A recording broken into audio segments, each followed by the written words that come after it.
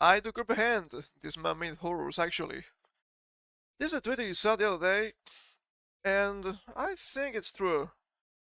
People often say, ah, look, man-made horrors beyond comprehension. No, well, most of them are not beyond comprehension. I do agree there is a lot of evil that is a little bit beyond comprehension, that's for sure. But I would say that most of it, thankfully, is just done by very incompetent people, thankfully. It's kind of insane how it keeps happening.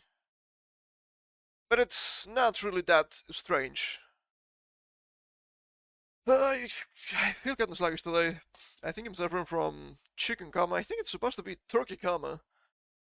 But I'm not a Muslim. So I guess it's chicken now. Turkey is in the country, not the food. That's a joke.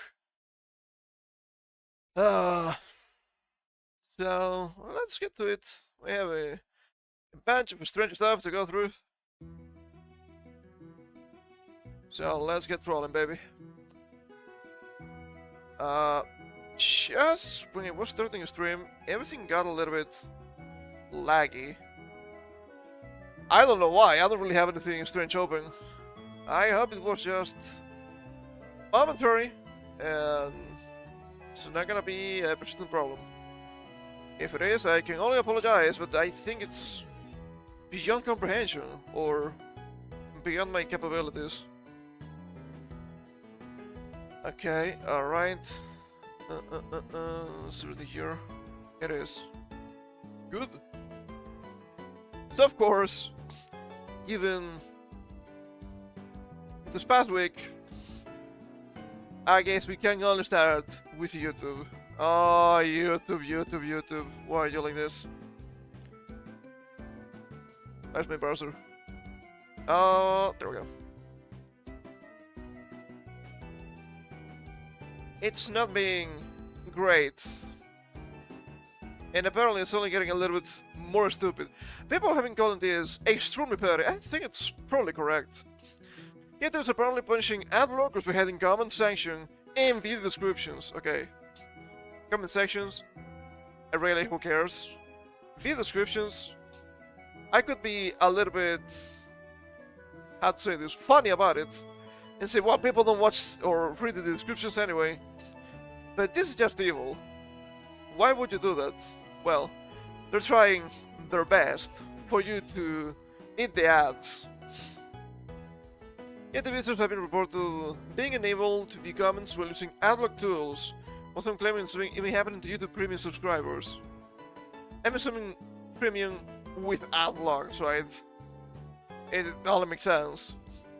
YouTube has made a number of changes to the platform the last few months, including some that have had unintended consequences for users. Unintended?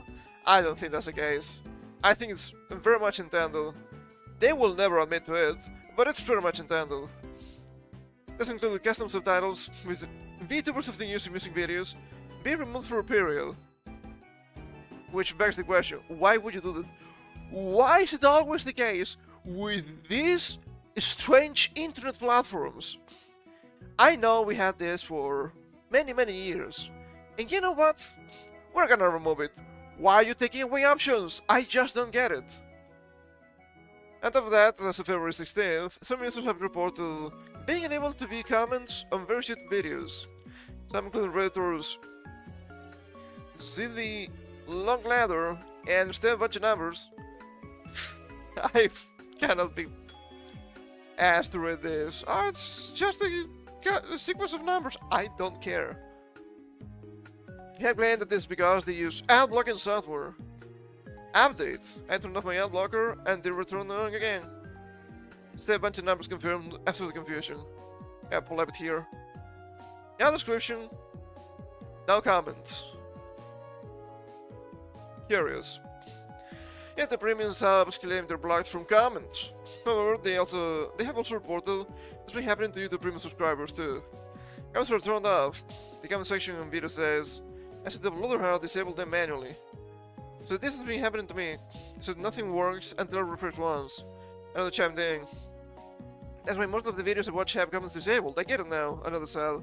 I said that tested this issue with YouTube Premium and didn't encounter the issue, however.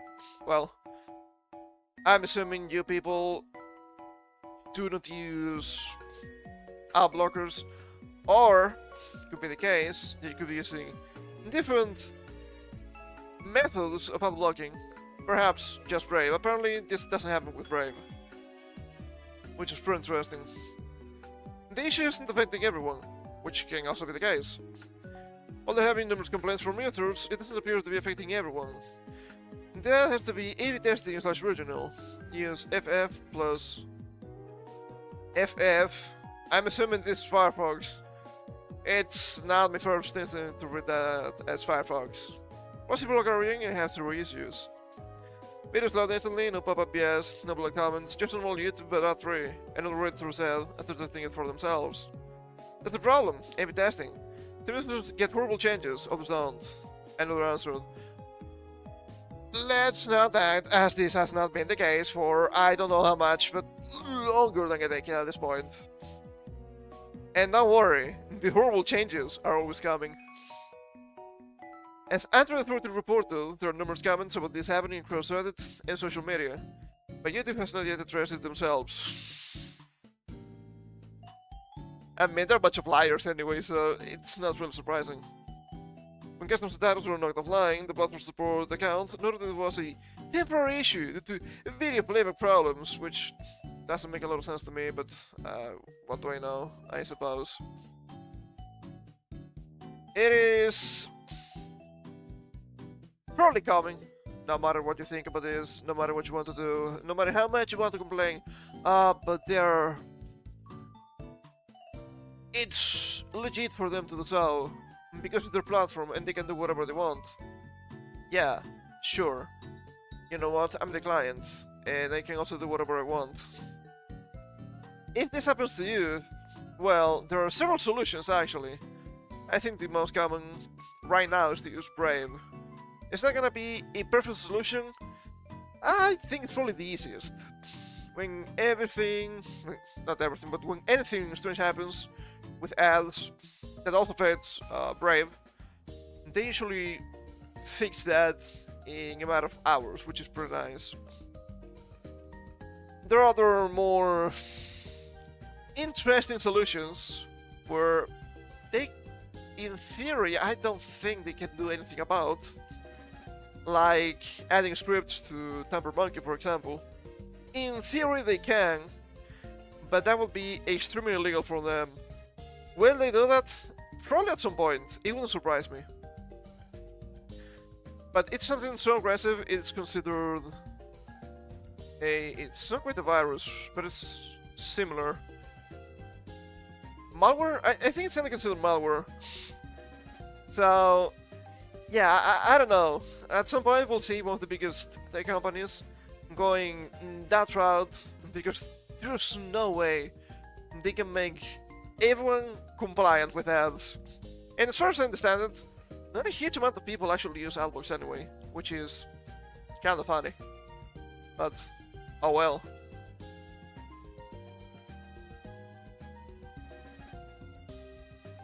It's what vibe coding gets you.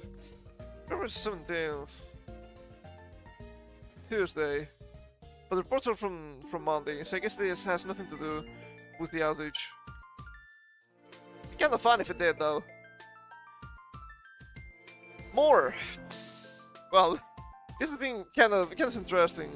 This video has ended its partnership with Persona after backlash over a UK age verification trial to raise serious privacy concerns.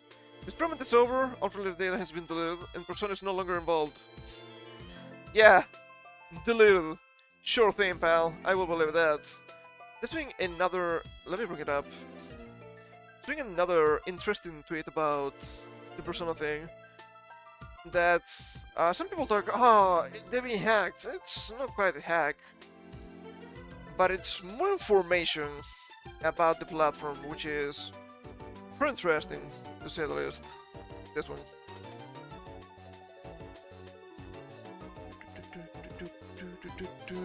I haven't really read this, so we're gonna go through this together.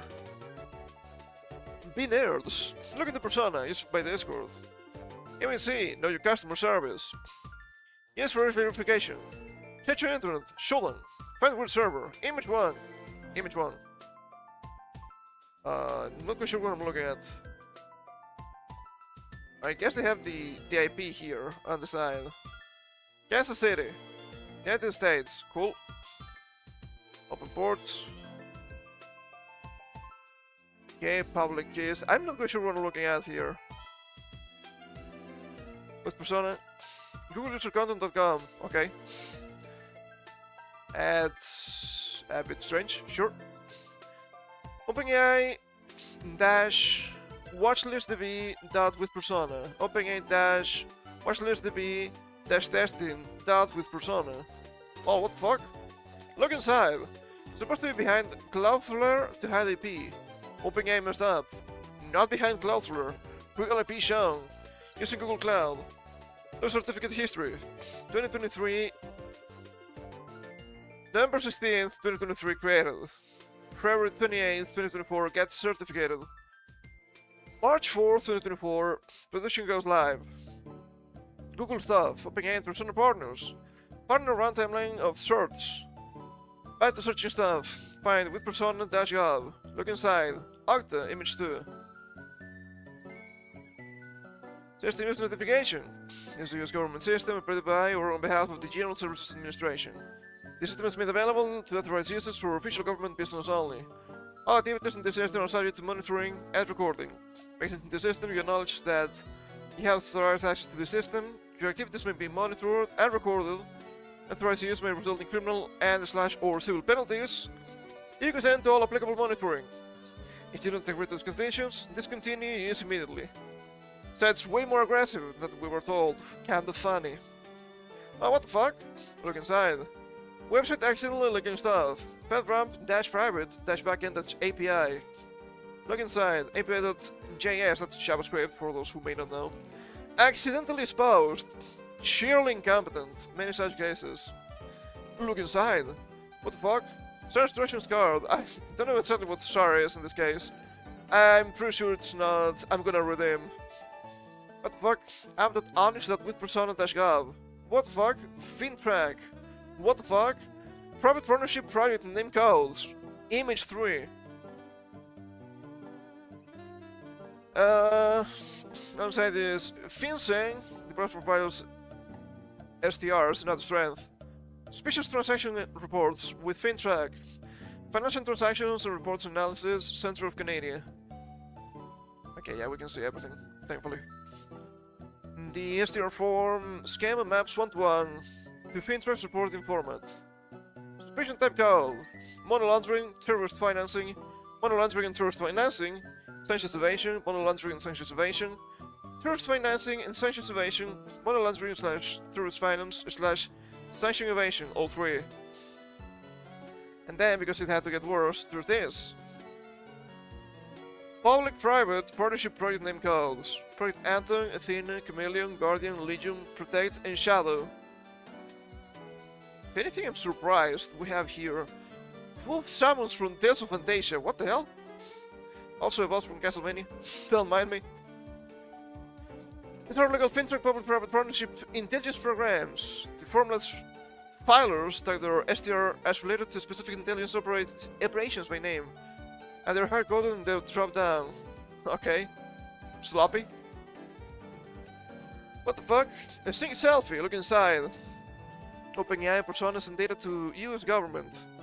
Which, of course, kind of begs the question, right? Because it was, in theory, some sort of test for the UK. But then they sent the data to the US government. That's kind of strange. That's map face to financial records. Map face using AI, map face to ICE stuff. API stores data for lots of stuff. Image 4. Especially as biometric databases with 3-year retention. Ah, 3-year retention. But I thought they didn't keep any data. How curious. From these 13 types of token lists from list.ts. List government ID number, IP addresses, names with fast matching options, phone numbers, email addresses, geolocations, browser fingerprints, device fingerprints, faces, countries, inquiry fields, arbitrary strings, selfie backgrounds. Very interesting. TLDR. Persona, know your customer and not being your friends. Using your selfie for verification and sending to eyes or use Gov in general. Using AI to tie to your financial records. This is looking ports for full right up. It's long and not mobile friendly. Yeah, there's a full right up here.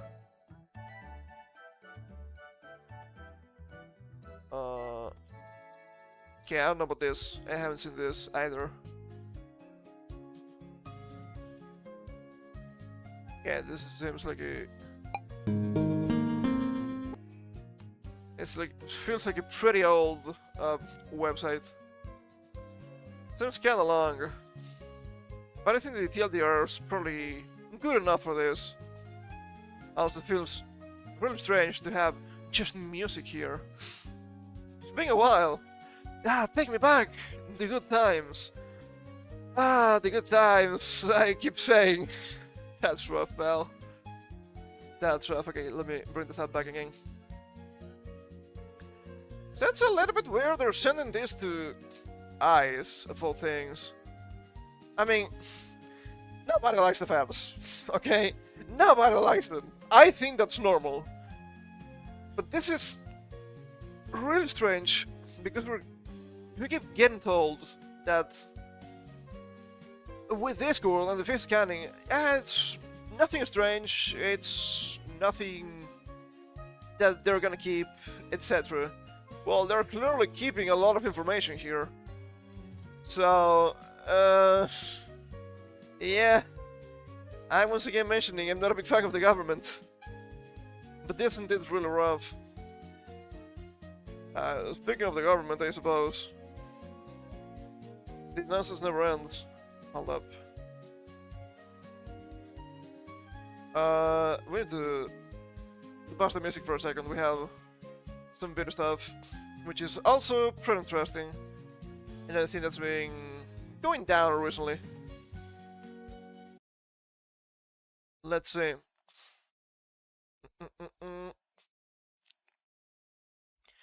So we have here this dude from Survey. She's French, so of course she lives in the European Union. Censorship escalates across the EU. I mean, sure, you may think I'm deranged when I keep talking about censorship, when more normie people talk about this. Yeah, it's gonna keep happening, and it's not great. New posts flag that sensitive content are no longer visible on user profiles within certain EU countries. Kinda choked, my bad. Previously, this post will still appear with a restricted label. Now they're removed entirely from the profile view, with no notice or warning. Testing in France, Ireland, and Belgium produced the same outcome. When accessing the platform from outside the EU, the posts appear and remain fully accessible. I've seen this being really inconsistent. So I'm assuming they're just deploying this and testing. This tweet seems to be completely cursed, but I'm seeing new tweets that do not suffer from this, and I'm seeing all tweets which of course also don't suffer from this. I think the ad is a little bit low, so I will try my best to shut up. Alright, first time I make a video for everyone to see and understand what I'm talking about. I have my friend Typo, who made a nice illustration, and I was wondering... I don't want this video to be censored, so I have to cover his work. She's in bikini, and it's kind of funny, because if you go to this guy's profile, the guy is really spicy, and there are some scripts you can tamper with to see the spies. At least, if you can access the tweets, if you can access them, you are out of luck. Which I'm assuming that may be the main vector of attack here. Damn! Where is it? I can't see it anymore. Then I was thinking maybe it got flagged, or deleted, I don't know. So since I reached out to him, he confirmed that it was still available on his account. So when I switched my location with my VPN, the post reappeared, as you can see here. So now it seems like that in Europe, any new sensitive posts are now effectively wiped from people's profile. Not all of them. From what I'm seeing, Not all of them. I'm not quite sure about the criteria, so shrug, I guess. Here, let me switch to friends to show you. All right. And here, And from what I understand, these are the replies to the tweet, which is something I've seen before. So, yes, this is blatant censorship. is this post completely gone. I find this GIF really funny. It doesn't even say it's age restricted anymore. It's like it never existed in the first place. But the comments underneath are still available. That's crazy. We're literally getting censored, guys. I know I've seen this before, and I know when I've seen this before, it's related to, how do we call this? Illegal content in the EU, whatever that means. So it might have been seen as, it's too spicy lolly content, but I'm not quite sure that's actually the case, because I'm seeing more explicit stuff. So once again, I'm quite unsure of what's going on here. I can attest to this specific twist shown here, do not appear. And we have more information about this, don't mind me. Then again, I'm not quite sure about the criteria anymore. I'm not quite sure if you could use additional, or you could use aggregate services to actually check it, like a neutral post or something similar. I'm not sure. That, in theory, should be the case, but it depends on the server side, which, as you might understand, I have no clue. We have follow-up here from Whiskey Project. Follow-up to censorship escalation in EU. As pointed out by Isari, sensitive content is no longer being displayed. It is hidden by a grey box, completely removed as if they never were. And notice no warning. A follow-up to her testing, me and my team checked out as many of EU countries as we would. We can confirm that it is most likely in the entire EU.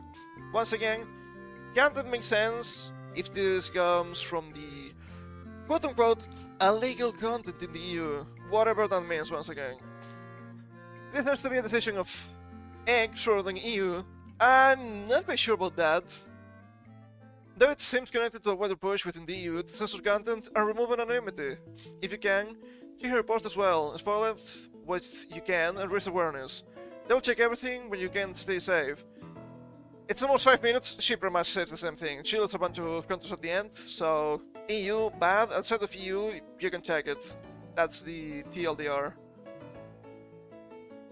I think this has more information, but we can check this anyway. Some people in National didn't watch Sorry's video. This is not about the images and posts which you see as censored. This is about the posts which fully disappeared. There are two different types of sensitive posts.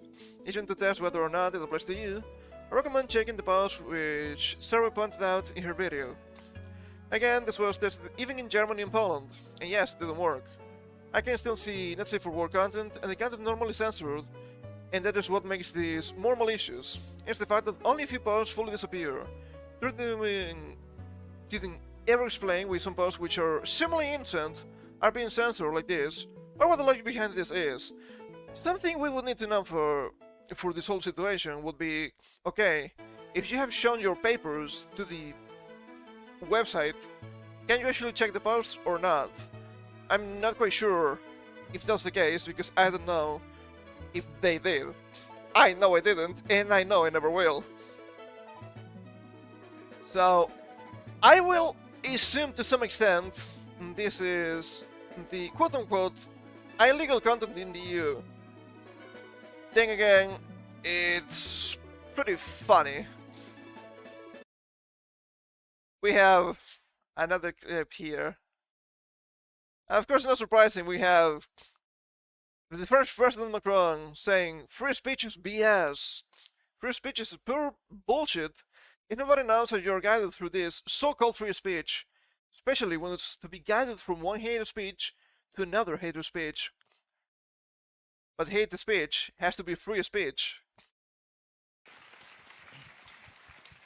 Because, I mean, free speech is a pure bullshit if nobody knows how you are guided through this so-called free speech, especially when it's to be guided from one hated speech to another hated speech. I just want to have a transparent road through these different speeches, and I want, by the way, to have a sort of public order. Politicians don't know how to speak in public, by the way. Pretty funny. They want it to be transparent. Sure. That's why you need to show your credentials. I want to avoid racist speech, hated speech, and so on. This is my point. And the third one. I want to avoid. How did he say this? I want to avoid racist speech, hated speech. And I want to avoid racist speech and hate speech. Which is obviously pretty funny because nowadays, everything is just racism, everything is just hate, and there's nothing you can do, everything is so pervasive. But it is free speech anyway. We have an actual article here, don't mind me. Macron blasts social media's free speech defense is bullshit.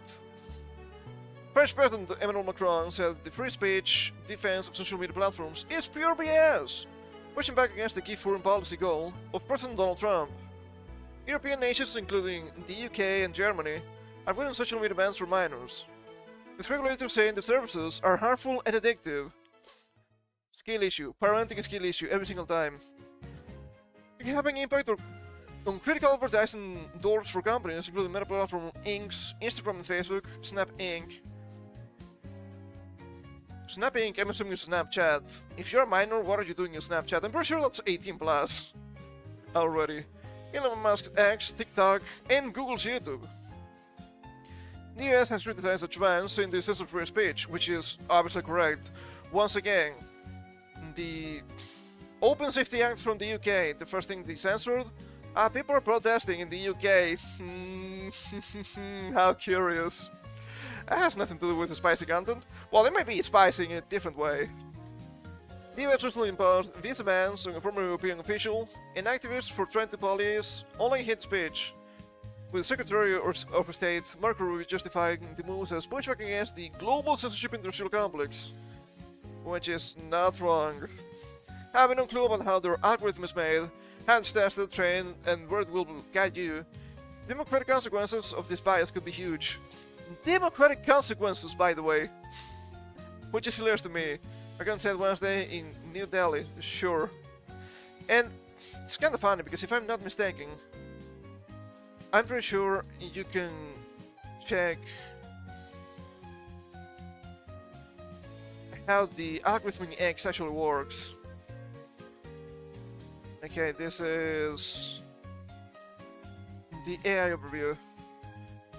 There's been recent developments, including the partial open sourcing of code in January 2026. X, formerly Twitter algorithm, is designed to prioritize engagement and promote specific content. It's partially open sourced, so you can check it. Sure, partially, but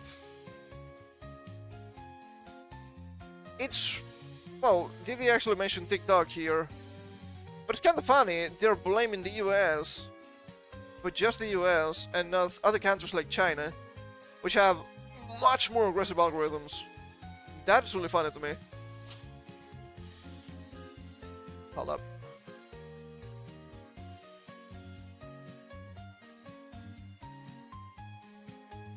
So then, claim to be in favor of free speech. Okay, we're in favor of free algorithms, totally transparent. It's kind of the problem. They might as well be completely transparent, but the government's absolutely useless with anything that's technology. So they wouldn't know it, even if that were the case, because we know that the Twitter/X algorithm, it can be checked. Free speech is pure BS if nobody knows how you're guided to this so-called free speech, especially when it's guided from one hate speech to another. Yeah, you're just justifying you controlling the speech instead of the free square of social media. Surely, control the speech from the government is truly free and there's nothing strange going on. Macron warned earlier this month that he expects the European Union to have a clash with Trump over the bloc's regulation of digital services. The countries like France and Spain could be targeted by the US as a result of their proposed social media bans for children. I mean, with the kind of stupid shit they keep saying, it only makes sense. See, Elon Musk is an evil guy. Yeah, I don't know if these countries, especially France and Spain, should be talking about evil and corruption.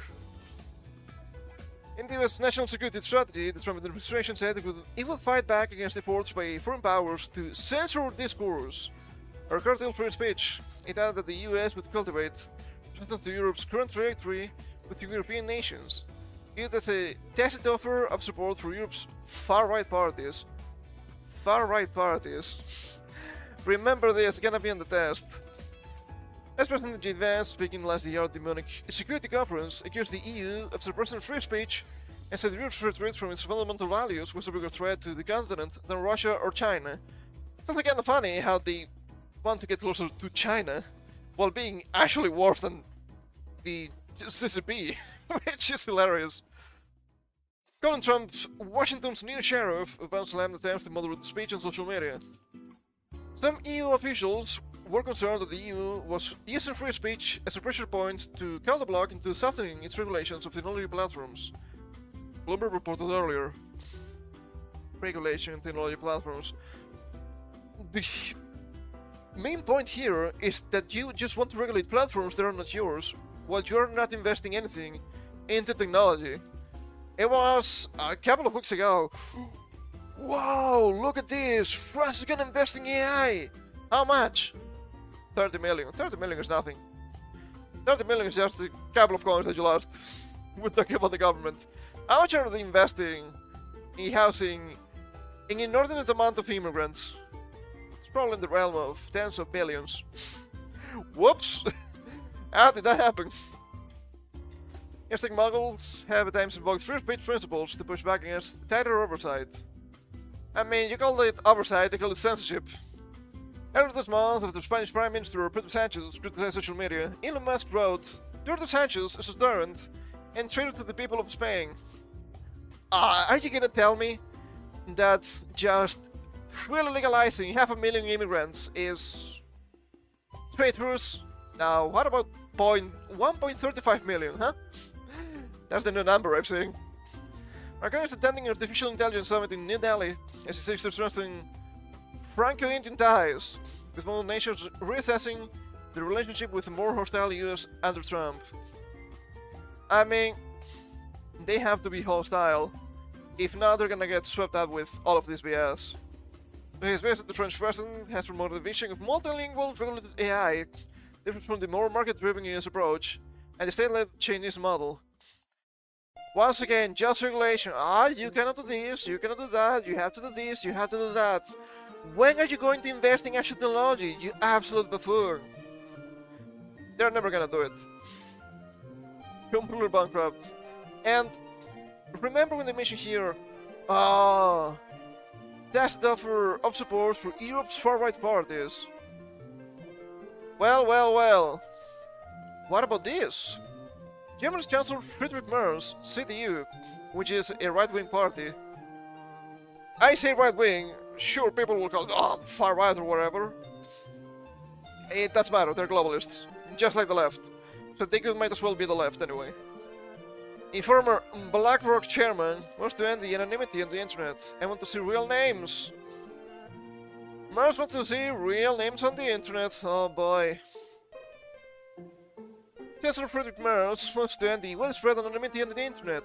I want to see real names on the internet. I want to know who is speaking out. Merz said on Wednesday evening at the Rhineland Palatinate. Palpatine, unlimited power! CDU's political as well as the inventing Trier, it's German, I have no clue. In politics, we engage in debates in our society using our real names and with complete transparency. Therefore, I expect the same from everyone else who critically examines our country and our society. Which of course is a bunch of BS, and it's just a pure attempt to attack you, because of course they cannot engage with the ideas. Who cares who am I? Who cares who I am? Who cares where I live? When what I say is true. Well, well, well. Maybe you shouldn't be able to talk after all. Thankfully, the US plans online portal to bypass content bans in Europe and elsewhere. From what I'm seeing, it appears to be a website, so it's gonna be flawed. But it seems like an interesting first attempt. The US State Department is developing an online portal that will enable people in Europe and elsewhere to see content banned by their governments, including alleged hate speech and terrorist propaganda. Washington views as a way to counter censorship, three sources familiar with the plan said. The hearings will be hosted at freedom.gov. Don't you love being American? I guess we have to celebrate the 4th of July now. I think it's a Saturday, so it's gonna be News Day. Anyway.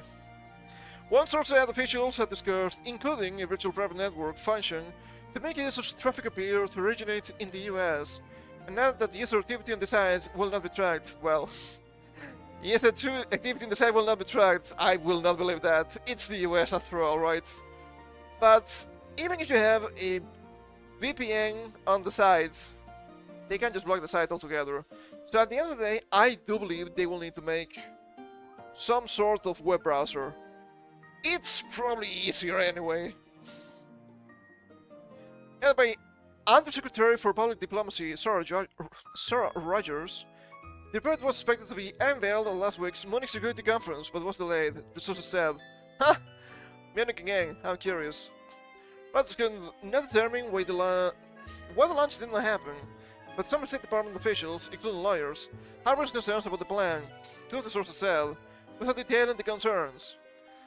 The threat could further strain ties between the Trump administration and traditional US allies in Europe. I mean, if they keep antagonizing the US, what are you gonna do? Take the beating by a bunch of absolute clowns? It doesn't make any sense, not to me at least. Already heightened by disputes over trade, versus war in Ukraine, and President Donald Trump's push to assert control over Greenland. I'm not trying to sing for the US, I just think Europe is worse. Which is not the same. The report could also put Washington in the unfamiliar position of appearing to encourage citizens to flout local laws. Unfamiliar position, are you sure? What about we throw the tea into the board? Through the board? Huh? How's the line again? I don't know. Screw the tea. That's for the Brit bongs. But yeah, what about unrest? Well, it's not that uncommon in the US, I wouldn't say. In a statement to Reuters, the department spokesperson said the US government does not have a censorship circumvention program specific to Europe, but added, digital freedom is a priority for the State Department. However, that includes the proliferation of privacy and censorship circumvention technologies like VPNs. Of course, you haven't seen this. I don't have an article, but you can trust me because we've seen this happening for months. They want to ban VPNs in Europe, from what I'm seeing. And I'm gonna be like, yeah, good luck with that. I don't know if you actually can do something like that. Especially when they don't know anything about technology, once again. And you can probably tamper a little bit with protocols to bypass the ban. Ah, technology. Look, we have pirate radio channels for decades. You think you can stop the internet? Yeah. Sure thing, pal. The spokesperson denied an announcement had been delayed and said it was inaccurate. The State Department lawyers has raised concerns. The Trump administration has made free speech, particularly what it sees as the stifling of conservative views online, a focus of its foreign policy, including Europe and in Brazil. The stifling of conservative voices online is pretty funny, not because it's incorrect. It is correct. But they call conservative anything to the right of Mao, which is hilarious to me. Europe's approach to free speech differs from the US, where the Constitution protects virtually all expression. European Union's limits prove from efforts to fight any resurgence of extremist propaganda that fuel Nazism, including its vilification of Jews, foreigners, and minorities. Okay, but if you're gonna criticize criminals because they're criminals, without taking into account where they come from, that's a problem. And, well, I would say that Europe is actually living right now very Wimmer times. So this is going to backfire. Maybe by design, I actually have no idea. Yes, officials have denounced EU policies that they say are suppressing right-wing politicians, including in Romania, Germany, and France. Romania. Do we need to talk here? Mention Romania. How they completely destroyed the election from the EU. That guy won, but we don't like that guy. So you know what? It doesn't count. Yeah, about that. Have claimed rules like the EU's Digital Services Act, Britain's Online Safety Act, limit free speech. EU delegation in Washington, which has like an embassy for the 27-country bloc, did not immediately respond to a request for comment about the US plan. What are they gonna do? What are they gonna do? At the end of the day, what kind of technology do they have? Ah, we have restrictions! Yeah, and good luck. Everyone fall most heavily on social media sites and large platforms like Meta's Facebook and X, the restricts the availability, and in some cases requires rapid removal of content classified as illegal hate speech. Illegal hate speech! And people have the audacity to say, but they have free speech anyway. No, you don't. You don't even have pay-to-win speech, pal. Terrorist propaganda. I wish that was the case, but I keep seeing some posts, so I don't think that is true. Or harmful disinformation in the group of rules, laws, and decisions since 2008. Harmful disinformation. It's really funny, because everything that I've seen that was classified as disinformation, like 95% was actually true. Whoops. It's information the government doesn't like. Whoops! Especially with European regulators. Rogers of the State Department has emerged as an outspoken advocate for the Trump administration position on EU content policies. He has visited more than half a dozen European countries since taking office in October, among representatives of right-wing groups that the administration says are being oppressed. Saying oppressed sounds so gay here. I get it. I don't think it's incorrect, but it sounds so gay. The department did not make Rogers available for an interview.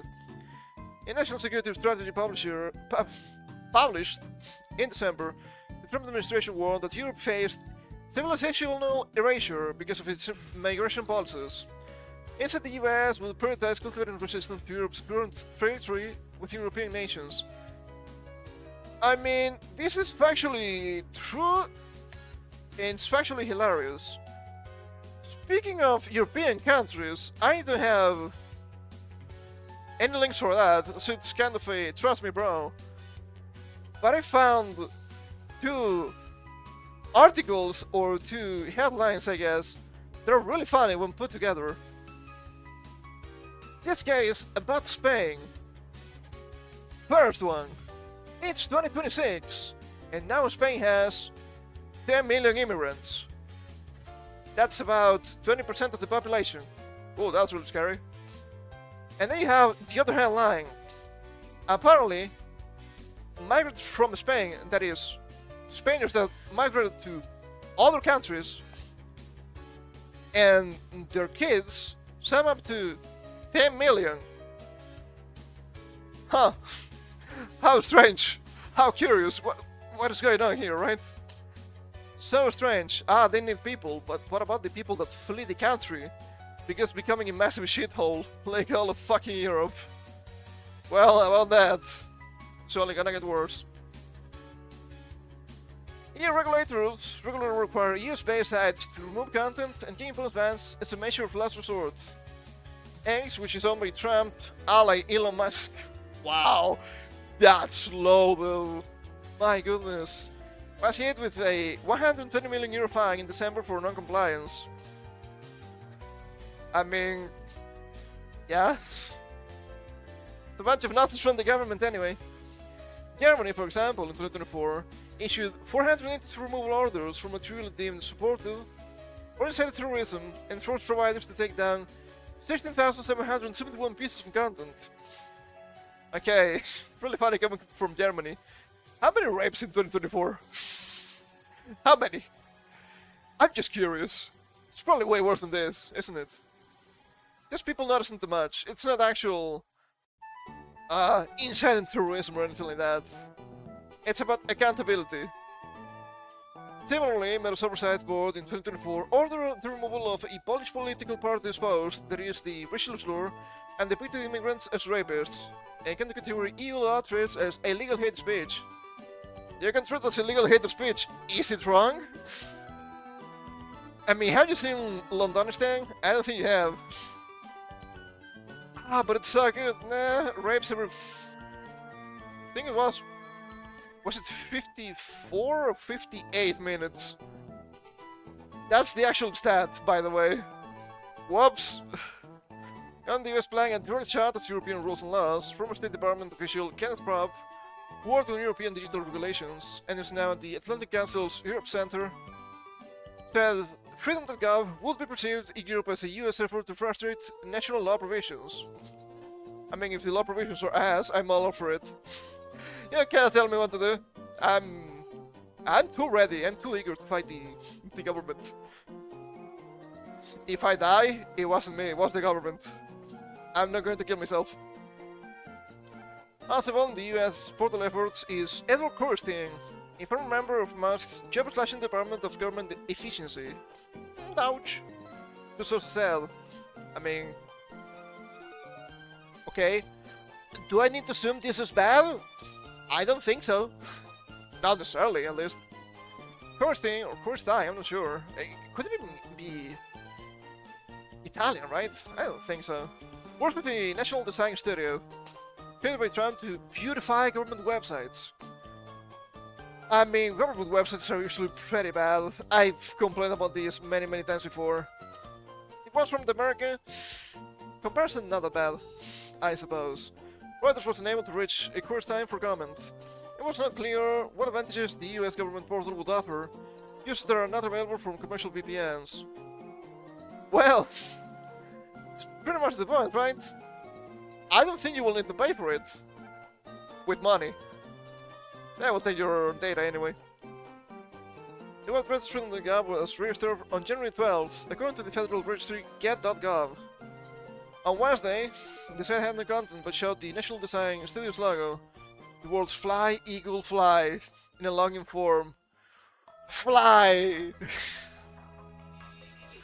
God, they're so unapologetic, I love it. For Trump's second term, the US government helped fund commercial VPNs and other tools as part of efforts to promote democracy globally, and help users access free information in China, Iran, Russia, Belarus, Cuba, Myanmar, and other countries. Look, when the European Union is being compared to these locations, you know shit's fucked. Pretty fucked. I'm cautiously optimistic about this. I don't think it's gonna be insanely good or anything like that, but it may be an interesting attempt. And then again, just in, well, this is from like Monday. The Department of Homeland Security demands Google, Reddit, Meta, and Discord hand over personal data of users criticizing ICE. Yeah, once again, it reminds people I'm not a big fan of the VATs either. Let's be real. Not the best, for sure. Look, I understand there's a lot of people criticizing ICE for very stupid reasons. The solution is not to go after their asses. Is to tell them, you're being stupid. This is the truth. Are they going to learn? Probably not. But still.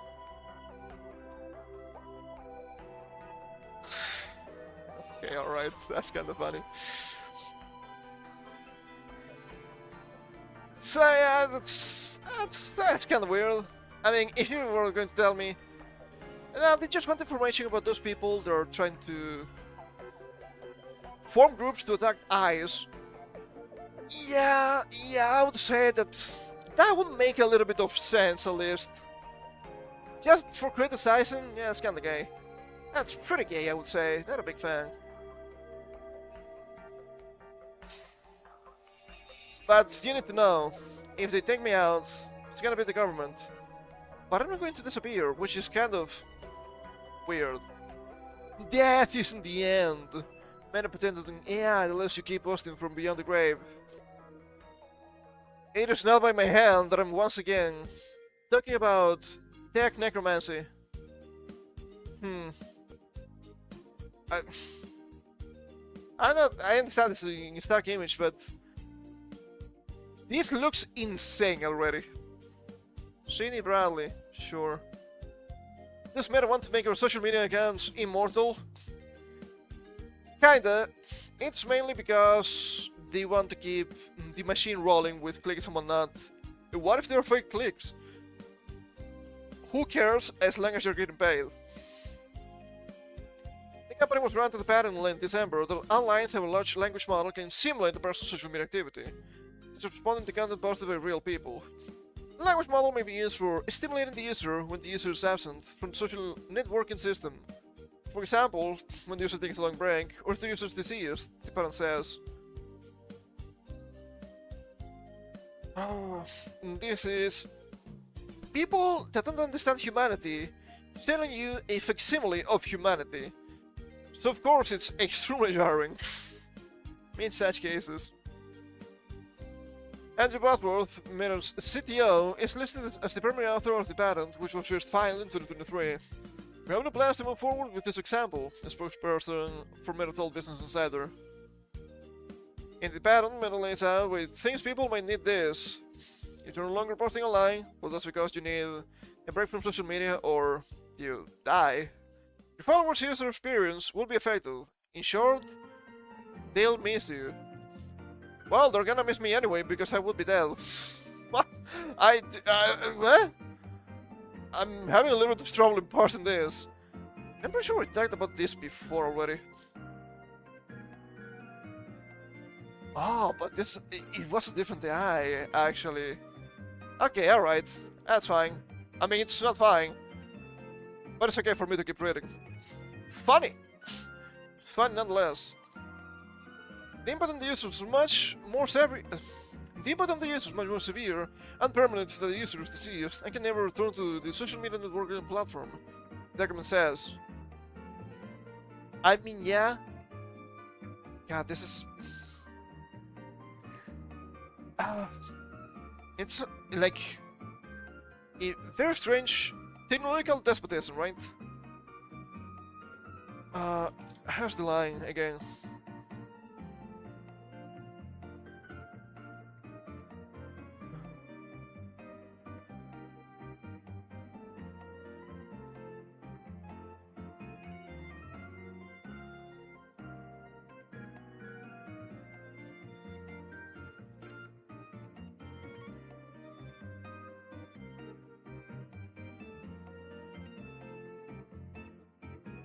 Hold up. I'm looking. Oh, yeah, that's why I couldn't find it. It was a French line. Tu parles people, rien parle people. Everything for the population, but nothing for the population. Something like that. All for humans, but without the humanity. That's very strange, to say the least.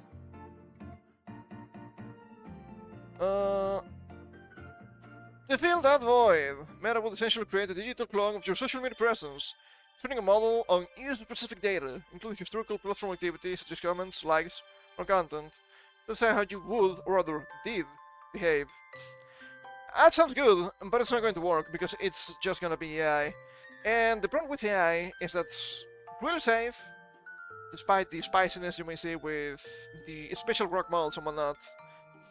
And it's really agreeable, but people are not. So I think it's really easy to see if tomorrow is suddenly coming in with extremely sanitized speech and being extremely agreeable. Well, now you know I've been taken aback and completely destroyed by the globalists. So that's a clanker. A clone can then respond to other people's contents by liking and commenting. Responding to DMs for influencer creators who make their livelihoods on Meta's platforms and need to take a break from social media, such a tool could be useful. No, not really. If you're taking a break, you're taking a break. It goes for everyone. This patent also references things that would allow the LLM to simulate video or audio calls with users. That seems a little bit too much for me. But sure. The spokesperson said that while it files patents to disclose concepts, a granted patent does not always mean the company will pursue, develop, or implement the tech. Yeah, sure, but do you really think they're not going to? It's meta after all. Sure, this would disallow other people pursuing this, but they're gonna do it. I bet you they're gonna do it. Still never so many questions about the nature of tech and grief. In a bot that acts as your understudy while you're on a digital detox is one thing, but imitating people who died? Sure, you might be on a digital detox, but shouldn't you invite your followers to detox with you? Or without you in this case. You know what I mean, I think. I think it's understandable. And Harbinja, a UK-based professor, yeah, I can tell with that name, at the University of Birmingham's Law School, has concerns. It does affect not just legal issues, but a lot of very important social, ethical, and deeply philosophical issues as well. Yeah? Yeah? I thought I was going to disagree. Harbinja, who specializes in digital rights and post-mortem privacy, told Business Insider. Getting into the business of grief tech. Not the first guys, not the last ones. Potentially not the last ones, at least.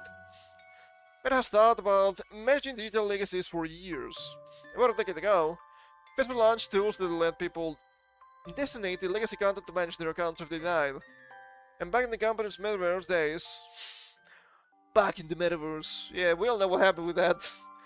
In a 2023 interview with podcaster Lex Friedman, the Zuckerberg discussed virtual avatars for deceased people. Why would you do something like that? Stop trying to monetize dead people. They already voted in the elections, and they shouldn't. Don't you think this is too much? If I die, just let me rest. Rest in peace. It's right there, in the grave. It's right here. Let them rip. Something like that. If someone has lost a loved one and is grieving, there may be ways in which being able to interact or relive certain memories could be helpful, Zuckerberg said at the time. Yeah, but I don't think it should be interact in that way. I think that's actually a detriment if you want to grieve and heal properly. A lot of names for this broader category of tech. Deathbots, Ghostbots, grief tech. I'm a big fan of the Necromancers. As a name, not as an activity.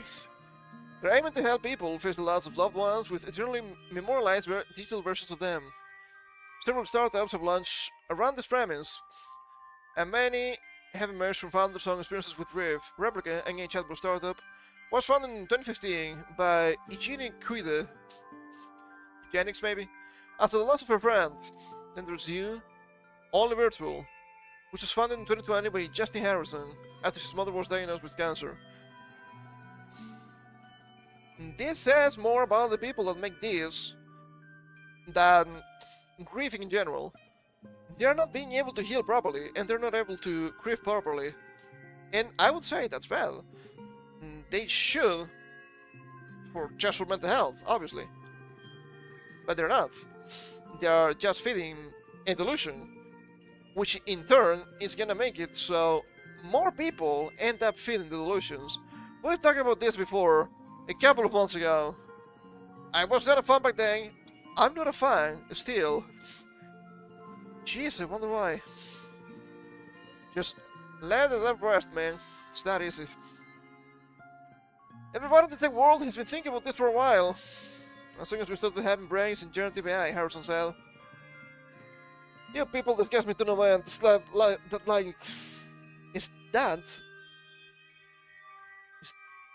that line in Jurassic Park. Jesus Christ, I'm struggling so much today.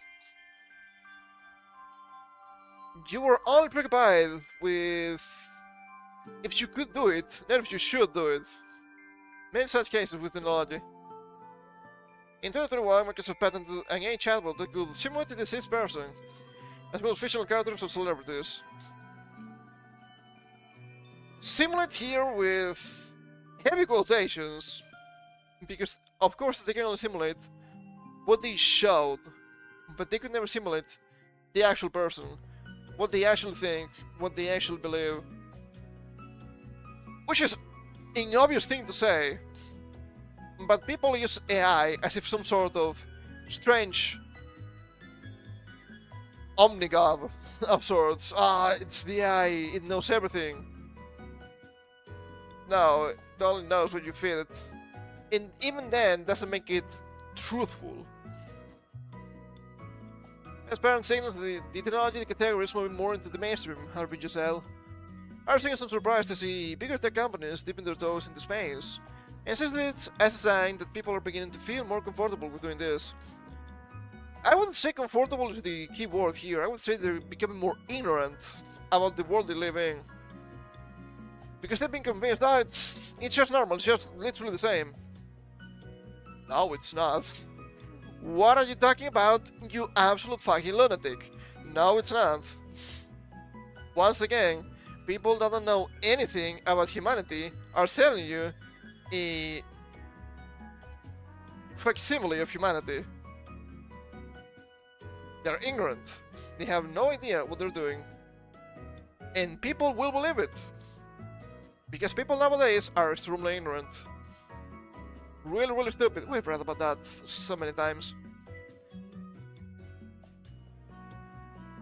We can improve on what we offer people, Harrison said, and that the resources for grieving are horrible to begin with.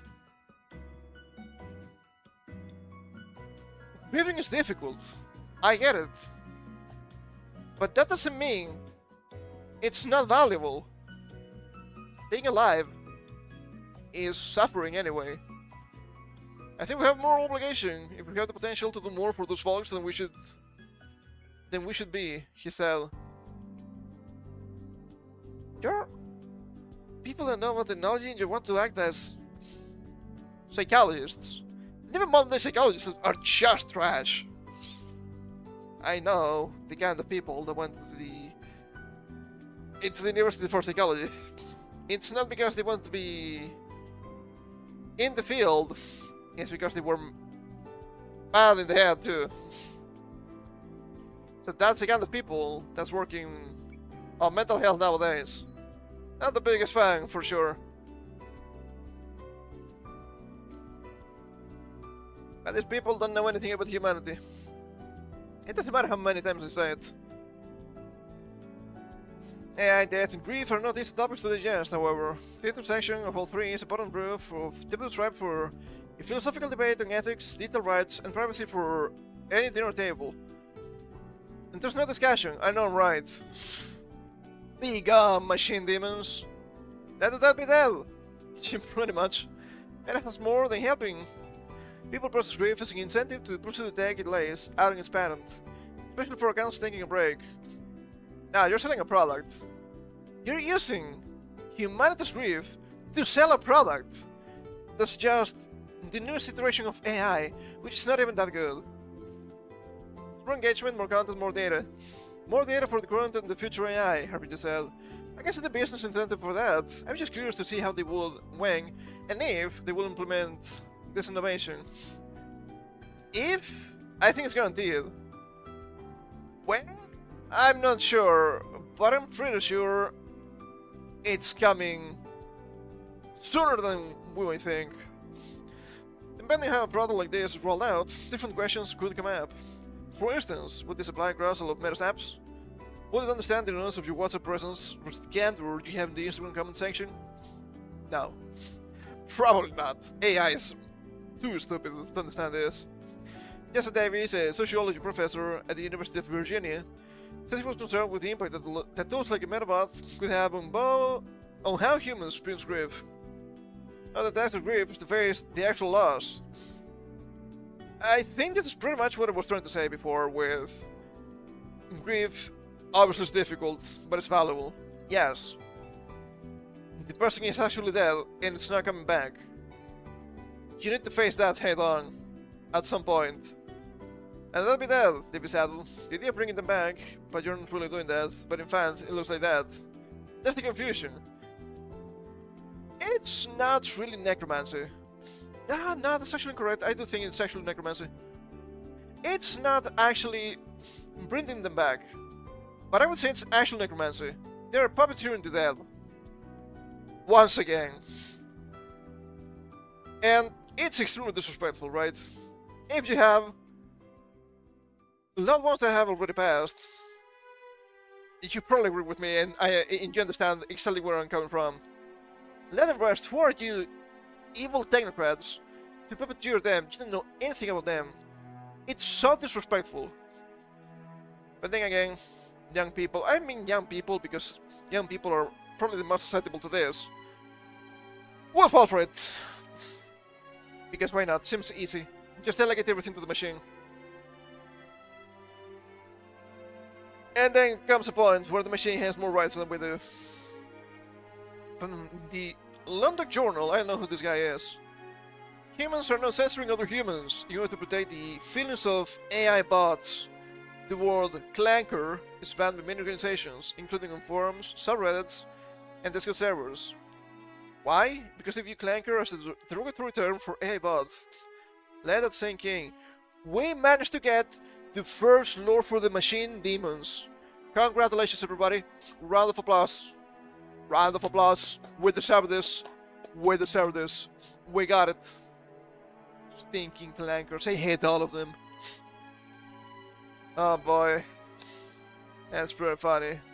Wow, 40 minutes. Yeah, I've been watching that, pal. This guy kinda looks like Cinnamon Toast Can, doesn't he? Maybe that's only me. It's fine. What do they have here? Of course. Still, speaking of AI, I got mentioned this the other day. I do believe it's correct. Amazon's internal AI coding tool called Kiro gets a 13-hour outage in part of AWS in December 2025. They had decided the best way to fix the problem was to delete and rebuild the entire environment it was working on. Woo! Explosive. Barr said this was at least the second time Amazon's AI coding tools caused a production outage recently.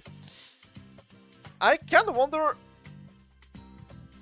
what they mean by recently. How recent?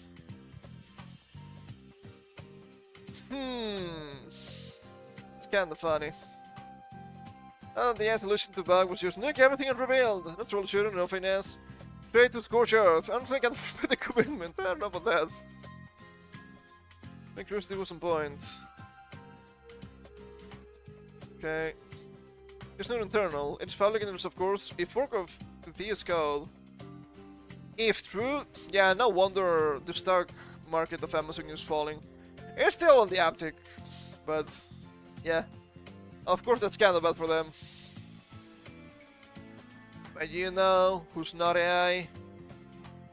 VTubers, finally! Something good! Japan has a new school where all teachers are VTubers. Now people will pay attention a bit. People will pay attention a bit. I mean, it's not the first time we see something like this, right? I do remember, I think it was Ollie. This was years ago already. She was doing some math study related streams. It was up to high school, I think. Not going to the deep ends of calculus, but it was probably really useful for people that were struggling. So that's kind of cool. A tutoring company has launched what it says is Japan's first online cram school for every teacher is an active VTuber. According to IT Media News, the tech-based company Luminaries launches new service, Wish High. That kind of high. High is high school, I'm assuming. On February 17th, the online platform features currently active VTubers as teachers who will be on hand to help tutor students in mathematics, English, physics, chemistry, classical Japanese, world history, Japanese history, and geography. Students can attend live online lessons with classes priced at 9,900 yen per month, which works out as roughly 65 USD per course. I mean, it's kinda pricey, but at the end of the day, don't you spend more on your Oshi anyway? That's not even an Akasupa. VTuber School opens doors to new students. I think they have a YouTube channel, but I'm not sure. On the same that high school students, middle school, and adult students can also enroll in the virtual courses. I mean, why not? Right? If you're struggling with something, I'm assuming especially English, right? Seems like a weak point in Japan. Classic weak point in general. Sure, why not? Seems useful. The company says that it is to tackle a growing issue in digital education, where students struggle to stay engaged with the standard video lessons. While online education is becoming more common, the issue of students not being able to continue with video lessons and being left behind without understanding has become apparent, the company said. Oh yeah, that's a YouTube video. That's pretty cool. I'm assuming they have shorter stuff on YouTube, because the actual school is the main selling point. By combining the flexibility that only online can provide with immersive lessons from vtuber instructors, we're providing an environment where students can continue to learn. See, we can learn a lot of stuff here, like the depths of the darkness in humanity. That's kinda dark. It kinda makes sense, I suppose. To celebrate the launch, several VTuber instructors will host YouTube live streams starting February 19th. Introduce themselves and explain their courses. VTuber teachers aren't the only thing that has been bringing the real world and digital world together. As last year, a VTuber agency launched a rental granny business to help young and elderly people. I remember that. And this is pretty funny to me, because I've seen people criticizing, surely this is not going to work. I just don't believe it. This seems just like an easy way to get people to spend money. I mean, yeah, kind of. I think it's an easy way for people to spend money, but I don't think this is gonna be a mistake going forward. They're probably gonna be more engaged. That I was about to say, maybe you shouldn't lose your VTuber teacher. I mean, it always happened anyway, especially back in the day, right? I do remember some of my teachers. What about the class? Forgot about it.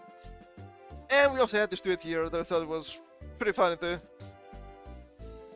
Japan's VTuber high school teachers are trending! But guess what? The middle school version has been running with me as the math teacher since last year. I'm a rocket idol VTuber spinning algebra like rocket launches. There's your questions. Math help, rocket fights, anything. Try a lesson here. Isn't that nice? I wish I had the space nerd teacher, virtual or not. Nice work, good luck with making new astronauts. It doesn't matter how well this works, of course you will have the usual clowns complaining about this because, oh my god, it's the tubers. Oh my god, it's the tubers. Yeah. The flesh is obsolete, old man. Welcome to the future. What better than AI, that's for sure. Sadly, not everything is sparkling in the future. I was about to say Kira Queen, maybe. Manga that explains content removals as policy enforcement, since nothing else is being examined at this time. It's really funny to me to see a website like MangaTex, which is all about manga piracy, complying with the laws. What a strange thing to do. They have been fumbling for a couple of years already. It's been pretty rough here. Manga staff are finally talking about why titles are being vanishing from the platform. After days of speculation and angry users flooding the forums, administrators dropped a series of posts in a discussion thread that's been running hot since the weekend. The short version, they're enforcing existing rule, not exactly rewritten the playbook. Staff member Ethereal Neko said the removals are tied to clause 3.1.1 in MangaText's content policy, which covers underage characters appearing in sexual content. Specifically, they're going after titles where characters are clearly very young in appearance, through self-confirms they are under-18. This could affect a lot of shonen too, but it's not going to happen, because they're always selective. From what I read, apparently these people are based on UK, that means they're not based at all. Another staffer, Xnod, said the legal team told them to act, but wouldn't say who pushed for it. Our legal department told us to take action and we took it. There's the extent of what they can or want to say regarding that. I'm gonna ignore what they post because I'm assuming it's pretty much the same. I expect this is kept present for details about outside pressure, but staff shut that down fast. Interestingly, it really could say only flag titles are being reviewed right now. Those being removed are those we have been made aware of through a legal nexus of as consider the distribution of illegal material, and followed up with nothing else being examined at this time. This is in fact. Please, I'm trying. This is the manga Dex's first rodeo with takedowns. Last May, the new were semi-handle series after getting hit with a massive DMCA campaign from big publishers like Kakao, Square Enix, and Kodansha. That was about copyright. This time is about what kind of content will host at all. DMCA strikes are legal but pretty straightforward, because the policy enforcement is a bit murkier, especially when staff won't say exactly where the line is. As Hironeko mentioned, they are trying to figure out a way to keep title pages better up, even after pulling content, but it's still being worked out. You said I did this like 20 years ago, what are you talking about? It shouldn't be that difficult, man. People are reacting exactly how you expect. So those want clearer rules so they don't get blindsided. I think Manga Days is came into pressure and planning to go legit, which is hilarious. It could happen, I mean, Crunchyroll did it. Screenshots from the forum post went viral on X and the cross-Reddit, with this split between supporting the move and looking for alternative sides. That said, they'll try to warn uploaders before removing stuff going forward. There's no formal appeals process and no detailed guidelines on what crosses the line. For now, let's wait and see. It's kinda funny because this shows you even the law has caveats. Maybe caveats is not the correct word to use here. But even the law, some laws are more equal than others. I guess that's what I'm trying to say. So of course, this is a piracy website. But they're complying with law because apparently anti-lolly and anti-shota legislation is more powerful than anti-piracy. Make of that what you will, I suppose. Really strange nonetheless.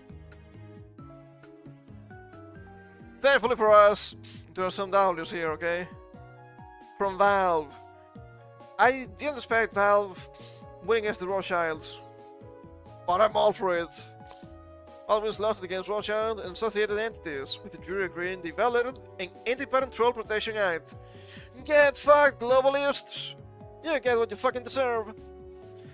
The court also agreed that they had breached a global license agreement with Valve. Earlier this week, this week still.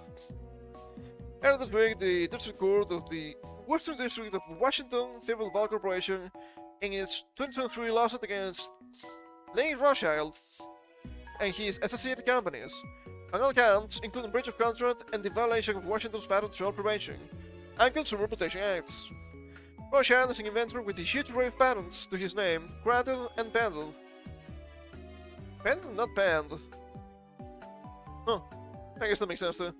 Covering an extremely broad range of fields, he also owns, or leads, a host of companies that manage the business side of patents. In this particular legal case, Valve alleged that Rothschild himself, Rothschild Broadcast Distribution Systems LLC, Display Technologies LLC, Patent Asset Management LLC, Mayer Legal LLC, and Samuel Mailer were guilty of bad faith assertions of patent infringement, amongst other things. But the question is US 88562221B2. I will not repeat the name. A system and method for storing broadcast content in cloud-based computing environment. Rothschild Broadcast Distribution Systems, RBDS, owns the rights to that patent, and in 2016, Valve obtained a perpetual, irrevocable, royalty-free, fully paid-up, worldwide license for it, and others in Rothschild's portfolio. So, okay, I'm not quite knowledgeable about the situation here, but it's kind of strange. They got a license for it, but they were still being trolled. No wonder they won. However, in 2022, Display Technologies, DT, sued Valve for infringement of one patent covered in that agreement, and then in 2023, Valve received another claim from Rothschild's lawyers, this time concerning US 88562221B2. Same? think so, but I'm not sure. Looks like the same name to me. Obviously, Evol's legal team decided enough was enough and finally lost it in return. I mean, yeah. What makes this particular case of note is that Valve didn't just go after one company, but several of Rothschild's companies, plus the inventor himself as well as his lawyer. After several years of slow progress, the lawsuit has now concluded with the jury giving the nod to Valve over every dispute and claim. Total gamer victory, baby! Not even the globalists can defeat us. For example, the court deemed that Rothschild and TD had breached the 2016 license agreement in 2022, that Rothschild and RBTS did not have a just excuse for the absolute repudiation of their obligations of their agreement in the 2023 letter to Valve. Perhaps most importantly of all, though, is that the court declared that Larry Rothschild and his associated entities listed in the lawsuit had all violated the Washington Patent Troll Prevention and Consumer Protection Acts. I claim that Rothschild's entities are effectively his alter egos, which I think is pretty obvious the case, in its lawsuit, while secretly using a tactic to make Rothschild himself personally liable. I mean, it's just the consequences of your own actions, so what's the big deal, pal? Running an industry company that he founded, owns, or leads. I mean, that's on him for not separating himself enough from his companies. This move could be key for other businesses helping to combat the problem of patent trolls. To go into lengthy discussion about the particular topic, patent trolls are considered to be individuals or companies that own the rights to patents but never use them for any product or service. Instead, they make money through litigation, suing other companies with claims of patent infringement, sometimes through the use of shell companies rather than themselves. It seems to me this is literally what's happening. So, oh no, the shell protection is not working. Yeah? Get fucked. One success against Lee Rothschild could well result in a host of other cases being found in Washington because of the other state's Patent Troll Prevention Act. Whatever does happen though, you can be sure that many tech companies will be just as pleased as Valve as by the result of this lawsuit. It's not mentioning it here, but they're gonna get paid like 156,000 USD, which is pretty much pennies for these people anyway. But it's good to see, nonetheless. I think I need to blow my nose a little bit, so give me a second.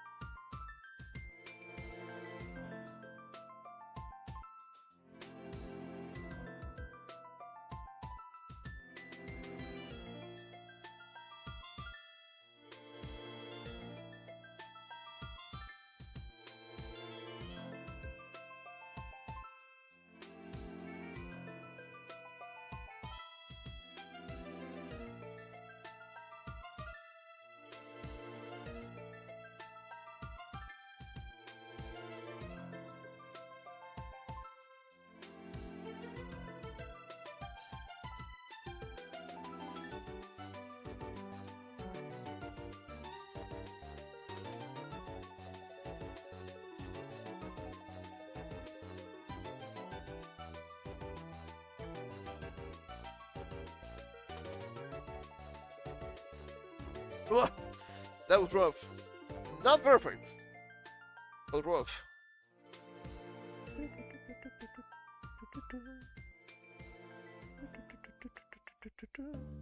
Okay, alright. There we go. Everything's back up.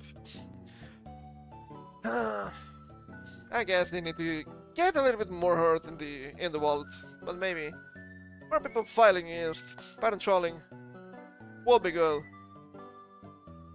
I guess speaking of shell companies to some extent, Ibaraki Developers was backed by Tencent. Apparently the game is dead. Apparently the website is completely dead, and that seems to me that it's coming back. What a disaster. Vanguard struggles continue amid collapse in player counts and layoffs at developer Wildlife Entertainment. A new report has shed light on who was funding the game all these years. According to Stephen Tillo of GameFile, Chinese conglomerate Tencent was the lead financial backer of the studio.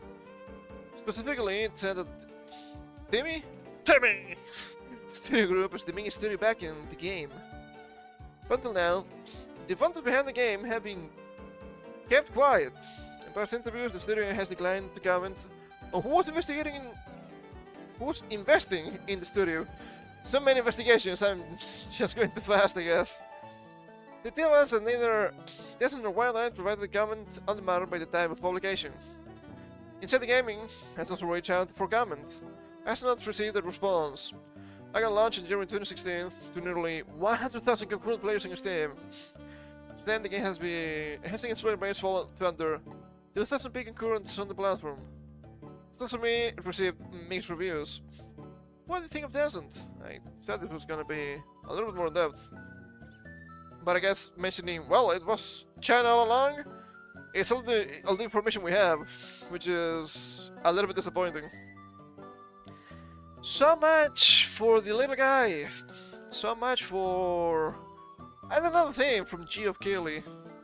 So much for... oh, but it's just in the indie. It's impossible to compete for indies in the multiplayer sector. It's not indie then. You keep lying to us. Why do you keep lying to us? Why? Because it's really easy, I suppose. We have a tweet here from Comrade Dale, giving his opinions about this thing, and I think it's pretty spot on from what I'm saying. I got honestly worse than you would think. Most commonly asked question about this game was, why would the studio made of people that allegedly escaped the microtransactional live service chasing industry end up creating the same kind of corpus lab? The answer turns out to be because they actually didn't. It was corpus lab from the start. Oh, surprise, surprise. What this shows to me is the gaming industry does listen. They've seen and hear what people are saying. They're seeing that indie games are receiving far better reception all across the board. It's kinda hit or miss too. But I think people are more generous within this because it's just a small group of people instead of huge companies. So that kinda makes sense. And the studios are seeing more support and love from the public. The solution to this was not to put the actual effort and maybe some passion, not to stop chasing trends and make something people would love. No, the solution was to lie. I mean, that's big Chinese moment if you ask me. They tend to trick everyone into giving their new studio the same kind of support as most studios get. Only problem is that the corporate stop stench still wafted through the deception and people still spotted it. It still partially worked. Look at all the shields and the poor devs got laid off. Fuck them. Why they were little in the studio getting public online? They essentially think we're all gullible idiots. There's a lot of gullible idiots, that's for sure. To be fair, there are a lot of those, as mentioned above. Keep calling shit what it is, they are listening. They just didn't reach the right conclusion yet. Eventually, they might lose enough money to turn on their collective two brain cells and figure their shit out. That's wishful thinking. I don't think such a thing is gonna happen. I wish it did, for sure. But to me it seems quite unlikely. But I suppose that's a completely different issue. Well. Rip in peace, China's lab. You will not be missed. And if you look at the designs, they're all so fucking ugly.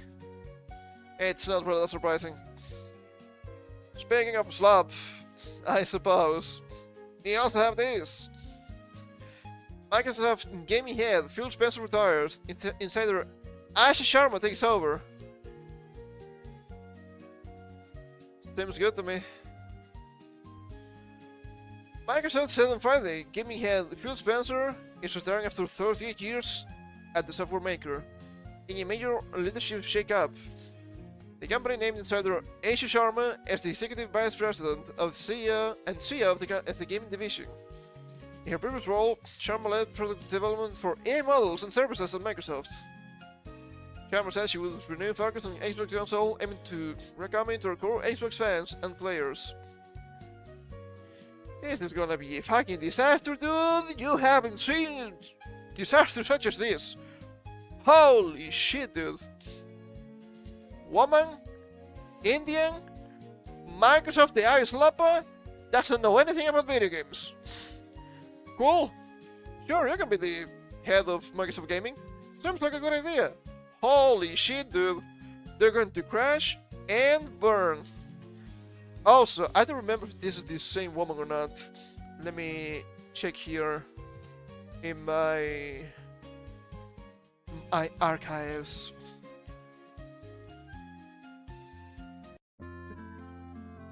Oh, further back.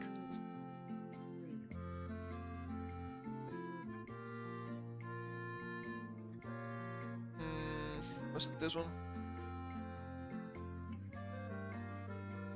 I'm not sure. No, it's a different Indian woman. I was trying to check if this was the same woman they hired for AI Slappa. They didn't know anything about computers. But no, that was a different woman. I guess this is a little bit better. Potentially, I have no clue. Microsoft Gaming has been grappling with turf-induced cost pressures, strong competition, and uncertain consumer spending. Front-end price rises on Xbox hardware. Yeah, seems like a good idea. People love the Xbox, don't they? No. People don't give a fuck, dude. Last month, Microsoft reported that its gaming revenue fell around 9.5% in the December quarter. It reported undisclosed impairment charges in the division. Nearly 10%. I was expecting near 25, not gonna lie. So I guess the people are still quite lucky.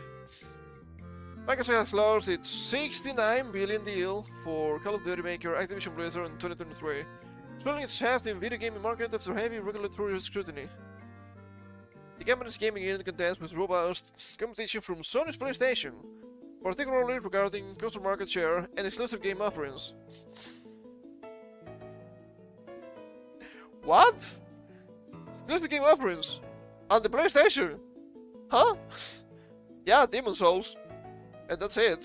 And from what I've seen, Demon's Souls, the remake, is actually pretty bad. So bad, the studio died. Congrats, you get what you fucking deserve. I hate remakes so much nowadays, dude. You wouldn't believe it. Spencer said he would remain in an advisory role through the summer to ensure a smooth handover. Last year, Phil Spencer made the decision to retire from the company. And since then, we've been talking about succession planning.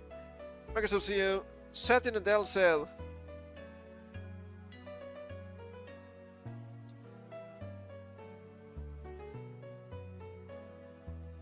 it's this guy. I heard this guy before talking about AI. Ah, this is the guy that was shilling AI the other day. That's why it sounds familiar. What's with all of these Indians, though? So I'm curious. The company has said Sarah Bond, I know how to read, I promise. President and Chief Operating Officer at Xbox is leaving the company to begin a new chapter. But Bori! Mind your last name being Bori. Hey, Mr. Bori! is taking over the role of Executive Vice President and Chief Content Officer at the gaming division, the company said. Bori was previously president of game content and studios at Microsoft, according to his LinkedIn page. The company said Bori would report to Sharma, who previously worked on Meta, an online grocery delivery firm Instacart. What about games? Games? No. Everything is just about microtransactions.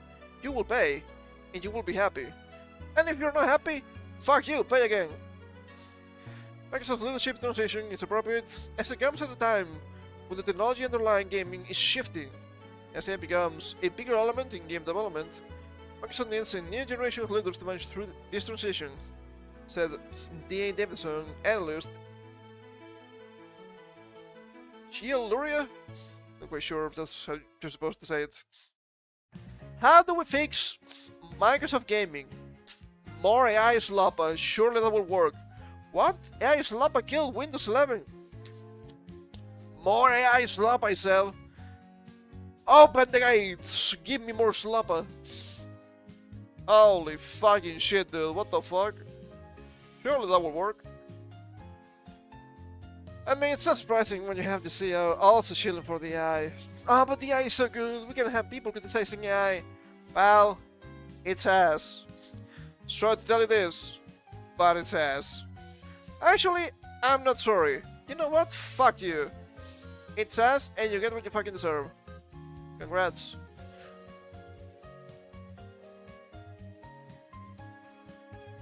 There are also other W's here. Stop Killing Games is launching NGOs. Not a big fan of NGOs, but I guess I get it. In the European Union and the US, we're not just going away on this. Don't think it's becoming a much bigger deal than anyone expected. Ah, jeez, man. Do you want to own the product you buy? No. Yeah, it's gonna be a problem. For you. Stop Killing Games has come a long way in the 2 years since YouTuber Ross Scott got mad about Ubisoft's destruction of the crew in 2024. I remember reading about that. It's been a long time, huh? The short version is he won. Over 3 million people signed the group's petition. On later consideration by the European Union, while Ubisoft CEO Yves Guillemot reminded us all that nothing is forever.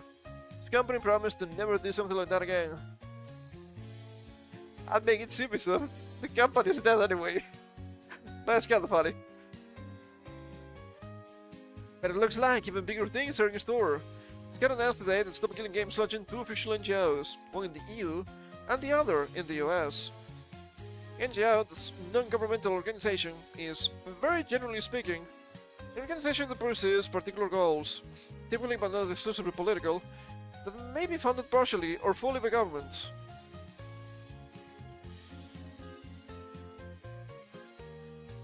But it's not actually part of any government. Okay, that shouldn't be the case, right? If it's a non-governmental organization, why are they funded by the government? That's a pretty obvious conflict of interest. No wonder NGOs are like the term nowadays. To big extent, we know NGOs include Oxfam, Doctors Without Borders, Amnesty International, and Care International. Soon Stop Killing Games will join their number. Scott said it might seem like a video game-oriented NGO wouldn't be able to accomplish much, but establishing them has definite advantages. I mean, yeah, it's not just about video games, it's anything tech-related when you think about it. But it's more obvious with video games. First, this will allow us to do long-term counter lobbying on this issue, as Scott says in the video. We're hoping to get the Citizens Initiative petition passed or added to the Digital Fairness Act, but if those fail, there's still the possibility of being added to the Digital Content Directive revision. We're trying to find a way in any way we can. Yeah, I mean, it's just a guy after all. It's gonna be difficult. I don't think the government's care too much about this. Aside from being able to add more strange restrictions, which always a double-edged sword. This will also signal that we are not just going away on this issue. I mean, it might. I've been this for over a decade, but the movement isn't. If there's a lobbyist showing up again and again at the EU Commission, that might influence things. This will also allow for more watchdog action. If you recall, I helped organize a multilingual site with easy-to-follow instructions for reporting on the crew to consumer protection agencies. Well, maybe the NGO could set something like that up for every big shutdown where the game is destroyed in the future. Scott has indeed expressed exhaustion with the whole thing in the past. In 2025, for instance, he compared himself to a Japanese soldier entrenched in a small Pacific island who didn't get the memo when the war ended. He would separate himself entirely from the NGO operations, but the effort is being headed up by Moritz Katzner, a German political operative, who's been involved with Stop Killing Games since 2025. To be fair, I do think this is a very important war to wage, and one that we shouldn't lose. When I say we, I mean the side of the conservation. Why would you want to completely destroy some media forever? It doesn't make any sense to me. Of course, the companies will do that so they can sell you some new stuff. I guess a good example of this to some extent would be Overwatch, right? They released Overwatch. They released Overwatch 2. They killed Overwatch 1. They took a lot of things out from Overwatch 2 that were in Overwatch 1, and they didn't add the things that were promised, like PvE and stuff. They added the missing features. They took out the 2. So you have... Instead of having Overwatch 2, now you have Overwatch. Again. It's insane! It's insane. I don't even want to think how much money was wasted. Not from the company, because I don't fucking care. They're a bunch of idiots anyway. But by the users. That probably should be illegal to some extent. It doesn't seem right to me, pal. My opinion, he's been doing as much for the moment in the political sphere as he did on the issue on everything prior to that, Scott says. And I wouldn't wish that on anyone. That could be why he tends to not sleep. I've told him he should sleep, but whatever. Girl and Poe didn't like his sleep either. I wouldn't say that Poe was a good example of a sane mind. Nevermore. While Castro is setting things up on the EU side, he's still advising the Stop Killing Games NGO that's being set up in the US. Scott reiterated his skepticism. See, here's with a K. Huh. Of the NGOs and to major changes in how the industry works, particularly in the US. But I would love to have my cynicism proven wrong, she said. At the very least, it won't hurt anything, and could raise more attention in solving the problem. There's more hope that all of this will give the game industry a reason to consider its actions. I get why the industry fights so hard against regulating predatory monetization. If the gaming industry can push microtransactions on kids and gambling addicts easily, that could literally cost them billions. Oh boy, foreshadowing. So while I'm not a fan of that, I at least understand why they spend a lot of fighting that, he says. I mean, it's pretty anti-consumer anyway, or pretty anti-customer, I suppose. But what about the money? Why don't you make a fucking good product for once? You fucking idiot. You don't need to have games running for ever as online services. It's usually just a detriment. But they will. Because of course they will. Because what about my money? Their issue, having bare bones end-of-life plans, that's peanuts. They're absolutely spending more money on lobbyists to fight this than it would take to fix their development process. Yeah, pretty much. And the girls would be almost nothing afterwards. And it's a bonus. Then their customers will like them more. Which is good, because you create brand loyalty. Which is great, because you're like, okay, sure, this game died. As in, the official servers died, but you can keep playing with your friends or on your own if you want. So, the company is actually having good PR, so maybe you're gonna spend more on them than on the companies. I guess nowadays, video game companies are in a race to the bottom for the worst PR. You just want to be a little bit better than the rest. Not good, just a little bit not as bad, if that makes any sense. I guess this also ties in with the announcement of Pokemon Fire Red and Leaf Green for the Switch 2 or Switch 1, I'm not sure. $20 per game. Per language. Ah, but the Pokemon Home Connection. Yeah, about that. They took that out from the announcement, so probably not. Ah, but the online capabilities. Now it's just local. It's just local. I'm not gonna pay $20 for a game that released in 2004. It doesn't make any sense. It doesn't make any sense to me. But even then, apparently they're doing better than Square Enix. Because at least they keep releasing games. Cool as fuck. I've seen a lot of people complaining about that. Ah, what are you, poor? No, I'm not a fucking idiot. Isn't there a line about how stupid people and their money are easily departed from each other? Yeah, that. Scott told PC Gamer that he's happy to have all this building on top of the Stop Killing Games movement, and said his involvement will likely be limited to giving endorsements for various initiatives that come up. I kind of look at it like a relay race where I'm handing off a baton. My only focus is trying to get the problem of game destruction addressed, and since people helping have these expertise and connections, I'm all for them launching the NGO, which could give us more agency in the collectively. Oh, this may be just the beginning. As Scott said in the video that he doesn't have details, but the two NGOs are reportedly looking at establishing a goal movement to keep Stop Killing Games in presence in other regions. That seems good to me. That seems good to me. It's gonna be a lot of work, no matter what they do. Because they're gonna have a lot of pushback anyway.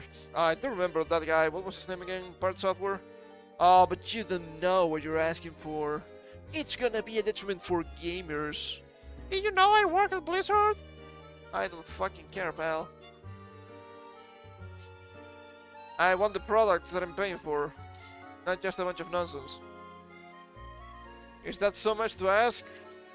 Nowadays? Yes, I suppose. Ugh. Pretty disgusting, to say the least. But not surprising. I need to blow my nose again. It's pretty bad today. Give me a second, please.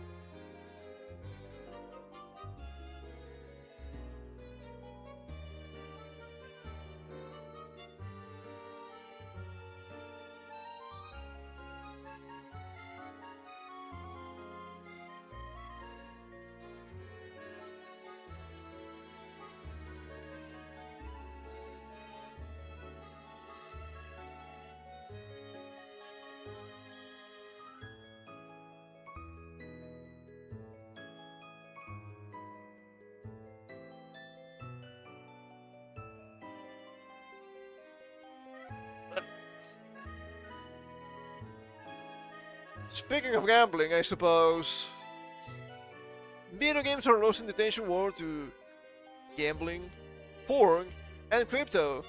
According to industry report, Eyes on the Prize. To be fair, that doesn't say a lot about gambling, porn, and crypto. It says a lot about video games themselves. Are new video games good? No, I wouldn't say so. You have people always mentioning this on social media. Look, you take a look at, for example, 2006. It was way better than the past 5 or 6 years in total. And I'm not talking about comparing the worst to the worst. I'm comparing the best to the best. That's great. You can just check the remakes. How they are usually worse than the originals, which was not the case. Long time ago, I suppose. A new report by Epilion, a gaming industry advisory company, and by venture capitalist and market guru Matthew Ball, has broken down the state of the video game industry and has published data indicating the medium is losing the war for people's attention to other ventures, including gambling, crypto, and pornography. The report, a lengthy 164-page presentation which you can and should read yourself. It's too long, so we're not gonna do that. It gets a whole section called Video Games Are Losing the Attention War in the Major Market Date to the topic. Stores will compare pre- and post-pandemic consumer spending from 8 major video game markets: the USA, Japan, South Korea, UK, Germany, France, Canada, and Italy. Kinda surprised they don't lumping all of Europe together. Prior to the pandemic, these countries made up over 60% of total spending on video games. Post-pandemic, almost all of these regions have seen a drop in gaming population. COVID. In the US, 2.5 to 4 points worth of players stopped playing video games. The Canadian Trade Association found its latest report that roughly 1 in 6 players prior to the pandemic have stopped playing. Okay, but what is the exact cut for this? Because that's interesting. If it was people that were picking up gaming through 2020, yeah, you're gonna see a drop. If they've been playing for a long time before that, could be age thing. They could have new obligations, right? People getting old, making families and all that, which I think it's normal. I mean, that's pretty much my sister after all. This decrease in participation has resulted, the report posits, in a drop in spending. I mean, yeah. In the US, business and console spending is down 8% since 2020/2021, which comes to roughly 2.3 billion USD. While gaming's US annual growth in terms of spending has already flattened since 2025, we're still above 12% compared to 2020, and now beats out console spend. It's really easy to just play a little bit of a gacha game, and it's pretty easy to just spend a little bit. And keep spending a little bit, so you end up spending a little bit many times, so you end up spending a lot. I don't think that's great in general. That kind of normalizes some of the worst uh, businesses, I suppose, which is not great. I think it's very obvious what's going on here. It's down 8% since 2020/2021. Yes, in 2020/2021, a lot of people were picking up gaming because they had to be at home. So what can you do at home? Well, you can play video games. Now they don't have to be at home anymore. So they don't play video games. Just as simple, pal. I know. I've seen it. The spend across all major market 8 regions in console and PC shrunk by 4.8 billion, and mobile is down by 2.3 billion. All 5 of these 8 markets are at all-time highs in terms of total spend. This money is instead going elsewhere, to Roblox for example, which the report says make up 67% of net worth. Do not meme on this. Okay, to be fair, and we're gonna count Roblox's video game, gambling, porn, or crypto. I'm not sure. It could be anything, if we're being real. Well, it's a lot of there something figures, but why is this happening? Where's all this attention and money going? Well, chapter 4 of the report links this drop to multiple other mediums gathering people's attention. There's on social video, creator pornography, AI assistants, crypto and meme coins, prediction markets, online sports betting, and iGaming and iCasinos. Okay, so you have degeneracy and try to get rich quick schemes. Not surprising, really. I think the first one here's social video. I'm assuming it's like spending on content creation. It's probably the best of the whole. Kinda rough. It's also the case of iGaming. They mention it here. Does that count as gacha or not? I'm not quite sure about the proper definition of terms here. I wouldn't be surprised if it did. In just the US, consumption of TikTok is up to 39 million hours a day. That's a lot of hours. Compared to pre-COVID figures, in the 2025 American consumers spent roughly 5 billion on OnlyFans. Yeah, no wonder young chicks are getting into that. Don't do that. Sure, you might get a lot of money, but you're losing a part of yourself.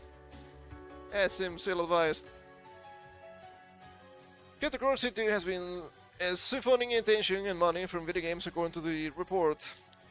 While its first boom happened during the pandemic video game boom, its second rise in popularity amongst the public happened in 2025, while the video game industry is stagnated.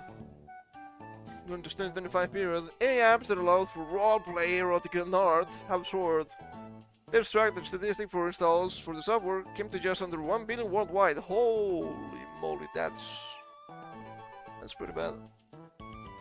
That looks pretty bad, not gonna lie. It's not really that surprising when you see constant ads for those products. I do think it's a pretty obvious detriment to society in general, but obviously the users themselves. You're gonna end up spending a lot of money for stuff that's not real. Rather spend it on video games, not gonna lie. Prediction markets versus combating events that happen in the world also had a recent boom in popularity. Users placed 1.5 million bets a day during Q4 2025. Online sports betting is also taking potential users' money. In 2025, US loss to sports betting passed 17 billion, a 35 times increase from 2019, as these sorts of services become normalized, legalized, and integrated into sports in the USA. Despite biasing other countries, international losses are around 53 billion a year. Because the economy is really screwed, so people are trying to get money elsewhere. Is this a good idea? No. I don't think it really works. But people will try it because you can get a lot of money from this, if you get lucky. iGaming, which can include online casinos, are yet another avenue from gambling, which the report raises as an alternative path of gamers' money. I guess it's not a gacha. I can say it's casino sorts, but nothing is the same. iGaming is twice the size of the mobile casino game category in terms of growth, and 31% of all US video game spend. Worldwide, gamers lose 54 billion in illegal iGaming, which accounts for 45% of global gaming spending. That's crazy money, dude. So no wonder Kid can just rag at the loss. It's all about the gamble after all. And that's also part of the problem, right? People were inside more, so you probably end up watching what's on TV. Well, TV is trash. What's on the other TV? Internet. Oh, Twitch streamers, or streamers in general. And you have big names doing literal gambling. Yeah. Some people are gonna fall for it. I don't think it's the majority anyway, but I think that's to blame to some extent. At least for the part of being normalized. The report states, video game and sports pandemic problem is that players choose to watch TikTok instead of buying a AAA game, or subscribe to OnlyFans instead of buying a PlayStation. That on a Friday evening, players are placing a growing share of their time and spend elsewhere.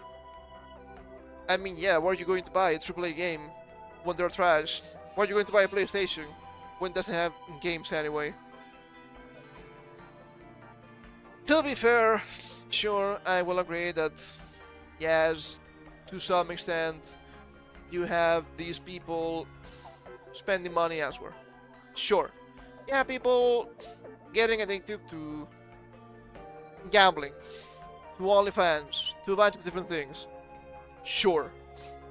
But at the same time, what about the games? Well, the games have been going in a downward spiral for more than 15 years. I had the analysis made. It was really pretty much just a sketch anyway, but gaming has been getting worse and worse for a long time, and we're reaching a breaking point when you have a lot of people being like, you know what, I just don't care, gaming is dead, and modern gaming is kinda dead. Oh look, they're finally releasing a remake for this. Like, oh god, apparently they have announced, or an insider has said, Chrono Trigger remake is coming. No. No. People are saying, oh, they should give it the same amount of polish as Final Fantasy VII Remake. Why do you hate me so much? I like Chrono Trigger, I think it's a good game. I played on the DS. It was like the SNES, but with more content. Yeah, that's pretty cool. Remember when remakes used to do that? It's been a while, hasn't it? It's gonna be ass. It's gonna be horrible. People expect them to be some sort of action combat slapper. Some sort of who knows what at this point. Chrono Trigger is perfect as it is. You don't need to change it. But they're going to do it. And it's been happening with a lot of remakes. Oh look, remakes. Wow, remakes. They offer less content than other remakes that you can just easily emulate anyway. And what about the new games? What about the new games? Have you seen, what, the High Guard being absolute trash, for example? Yeah, nah, not really impressed, guy. Not really that impressed. So yeah, no wonder people are going to different addictions. Once again, says more about games than gambling or crypto. What else do we have here? I guess time to go into the deepest, darkest reaches of space. Deepest, darkest, deepest of reaches of space. God, I croaked there. Let me take a sip. Speaking of frogs, I suppose, right? Well, fuck you, frog is cool. Yeah, that looks like Vegeta. GT Vegeta, which is probably the worst Vegeta, but still. I guess this is kind of related to some extent. College professors are stunned the TikTok generation can sit through long movies in film courses. But what did they expect? Once again, I need to talk about how people have a non-existing attention span. That's surprising. I guess that kind of explains why we've seen the rise of battle royales and similar for video games. Well, you can just go in, play for a little bit, and then die / win. It's... the gameplay loop is low commitment. For a lot of us of a certain vintage, especially those who grew up without the smartphone, welded to our palms, summer studies sound like a dream. Honestly, it bordered on a vacation. Going to school to watch movies and talk about them? Sign me up. Cry generations of bright-eyed youths who mistake their extremely average taste for latent altruism. It didn't feel like homework, or so the brochure implied. Yeah, how many of you got jobs with that? They actually pay. I guess for someone who actually trudged down the well-worn path, spending a few hours a week in a dark classroom watching movies is fun. But the moment you're expected to think critically, and worse, produce 20 pages on the French New Wave, or the Higgs Code, to drink corners into chore, it is still a class. What did you expect? Like playing in GarageBand or rustling on the indie circuit, the joy has to be its own reward. No one's paying you in anything more glamorous than pizza, hot dogs, and gas money. Well, at least they're paying you with something. And that's assuming you put the work in, which is a big assumption these days. Have to be invested, dialed in, and actually care about what you're doing. There has to be basic courtesy, maybe being a craft that all the generations, yes, including some millennials, holy shit, I'm gonna need a walking king at this rate, pal. Manage to master. The next wave, the one supposedly destined to change the world. It's every generation installed, seems far less interested in dialing in. And even for a couple of reels of prestige cinema. Supposedly destined to change the world. I think it's true, but I don't think that means what you think it means. They are changing it for the worse. Which is always really scary. At least as the picture painted by modern college professors surveyed for a piece in The Atlantic, which, granted, you're cue to take everything with a generous grain of salt. Well, let's proceed. According to the article, The Hollywood Reporter, 20 film studies professors reported students who can sit through a film without checking their phones, and who can't answer basic questions about the movie they just watched. I just watched a video about this. Well, maybe it was not about this, but they mentioned this. With modern entertainment, how they have to constantly talk about the plot and re-explain everything all the time, because your average watcher is in this state between being stupid and being distracted by the phone. So they're not paying attention. This was in regards to what's the name again? Stranger Things? Apparently there were whole scenes in the latest season doing that, and I don't think Stranger Things is all that complex. So yeah, kinda makes sense in a really bad way. It's now such a staggering attention deficit that students can't recall a single thing about an art film playing directly in front of them. And trust me, it's on 10 laptop screenings in a dorm lounge. They're watching a massive projection screen in a cavernous room with surround sound that could wake the dead. I know because I've sat in those very seats. Going through this.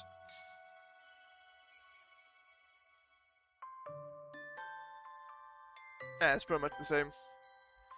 The University of Wisconsin-Madison, Professor Jeff Smith, for example, Michael encodes his students into anything resembling a spirited discussion of Juan Salvador, Jules and Jim.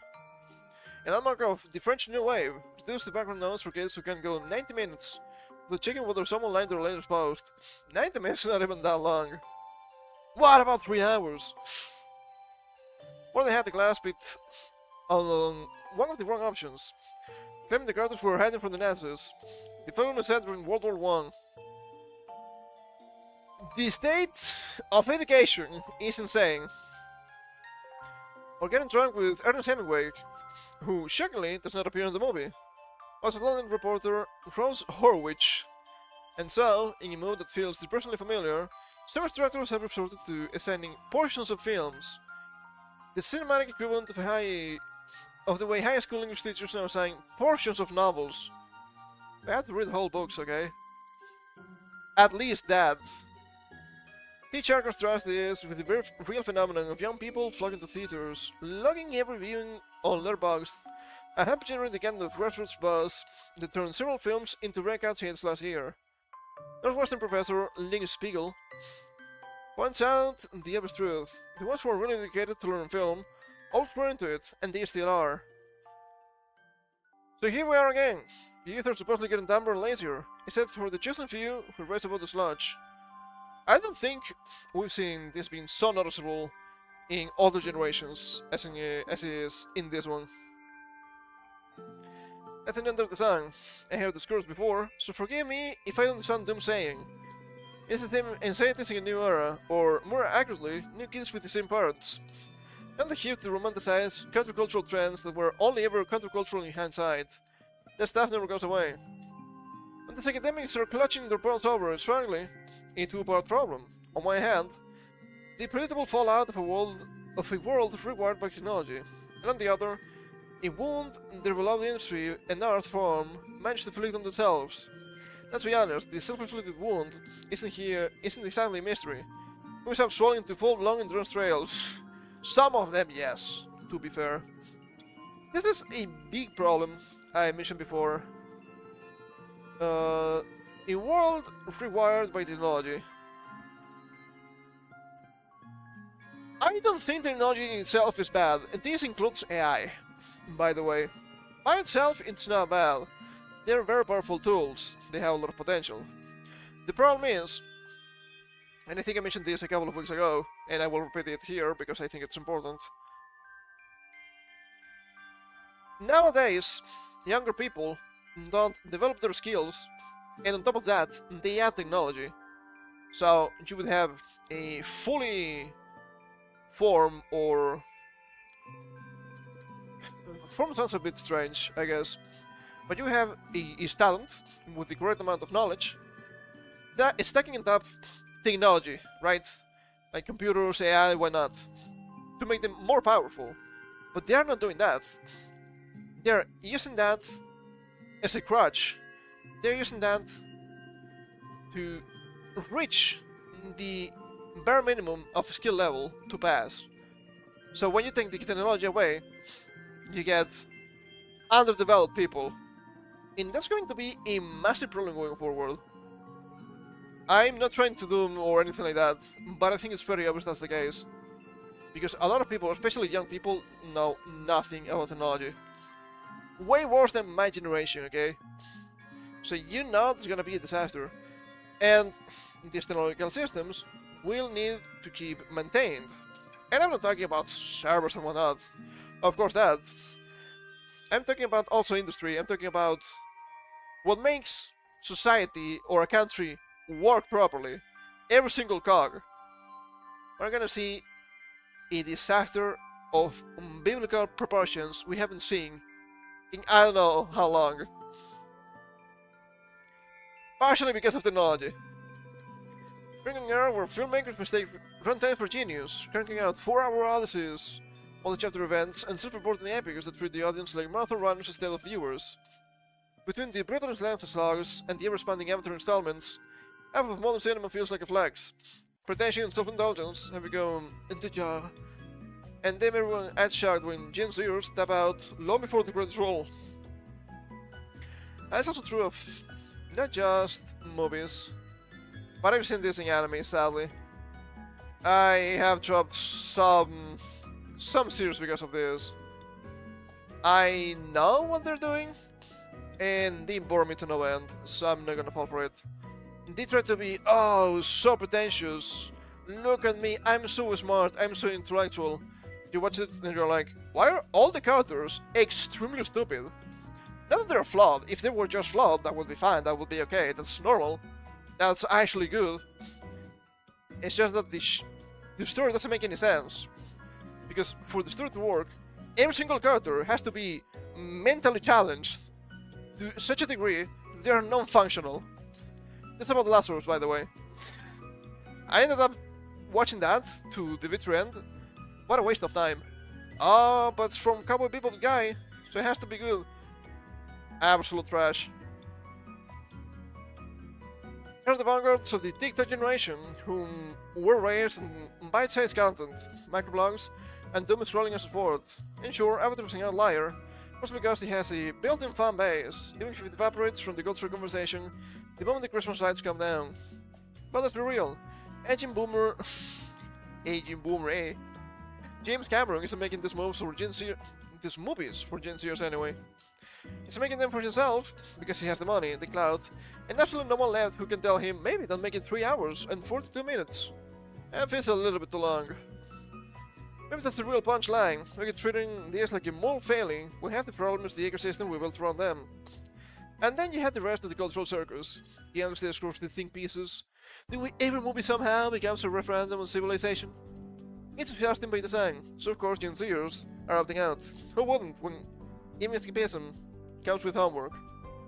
Well, even escapism is just beating you over the head with politics half of the time too. I get it. I do agree with that. And honestly, if the choice between a 4 hours output weighed down by utter ego and 45-second glimpse of a raccoon stealing a donut, I can thoroughly blame them. At certain points, you start to wonder if idiocracy, especially the "oh my balls" show, wasn't a warning so much as a slow-rolling prophecy. Not because Gen Z is dumb, but because boomers and the self-styled visionaries of modern cinema give us taking access for enlightenment. I think you can criticize both. I think that's fair to criticize both. You're batting a little bit too much for Gen Z here. I don't think they're without failures of themselves. As the present and future before us, the Raccoon might be the only one making sensible life choices. No comments. That's kind of surprising. Let's be real. You're talking about kids nowadays. They can watch 20-minute episodes of anime. You see a lot of anime fans, quote-unquote fans. I do not believe they're actual fans or anything like that. They call themselves that. They're pretty much antis anyway. They watch anime through TikTok edits. Sped up TikTok edits. It's anime, it's not a div, you can't just watch it, it's fine. So, yeah, you cannot tell me these people are not fucked to a really high degree. Somewhat, at least.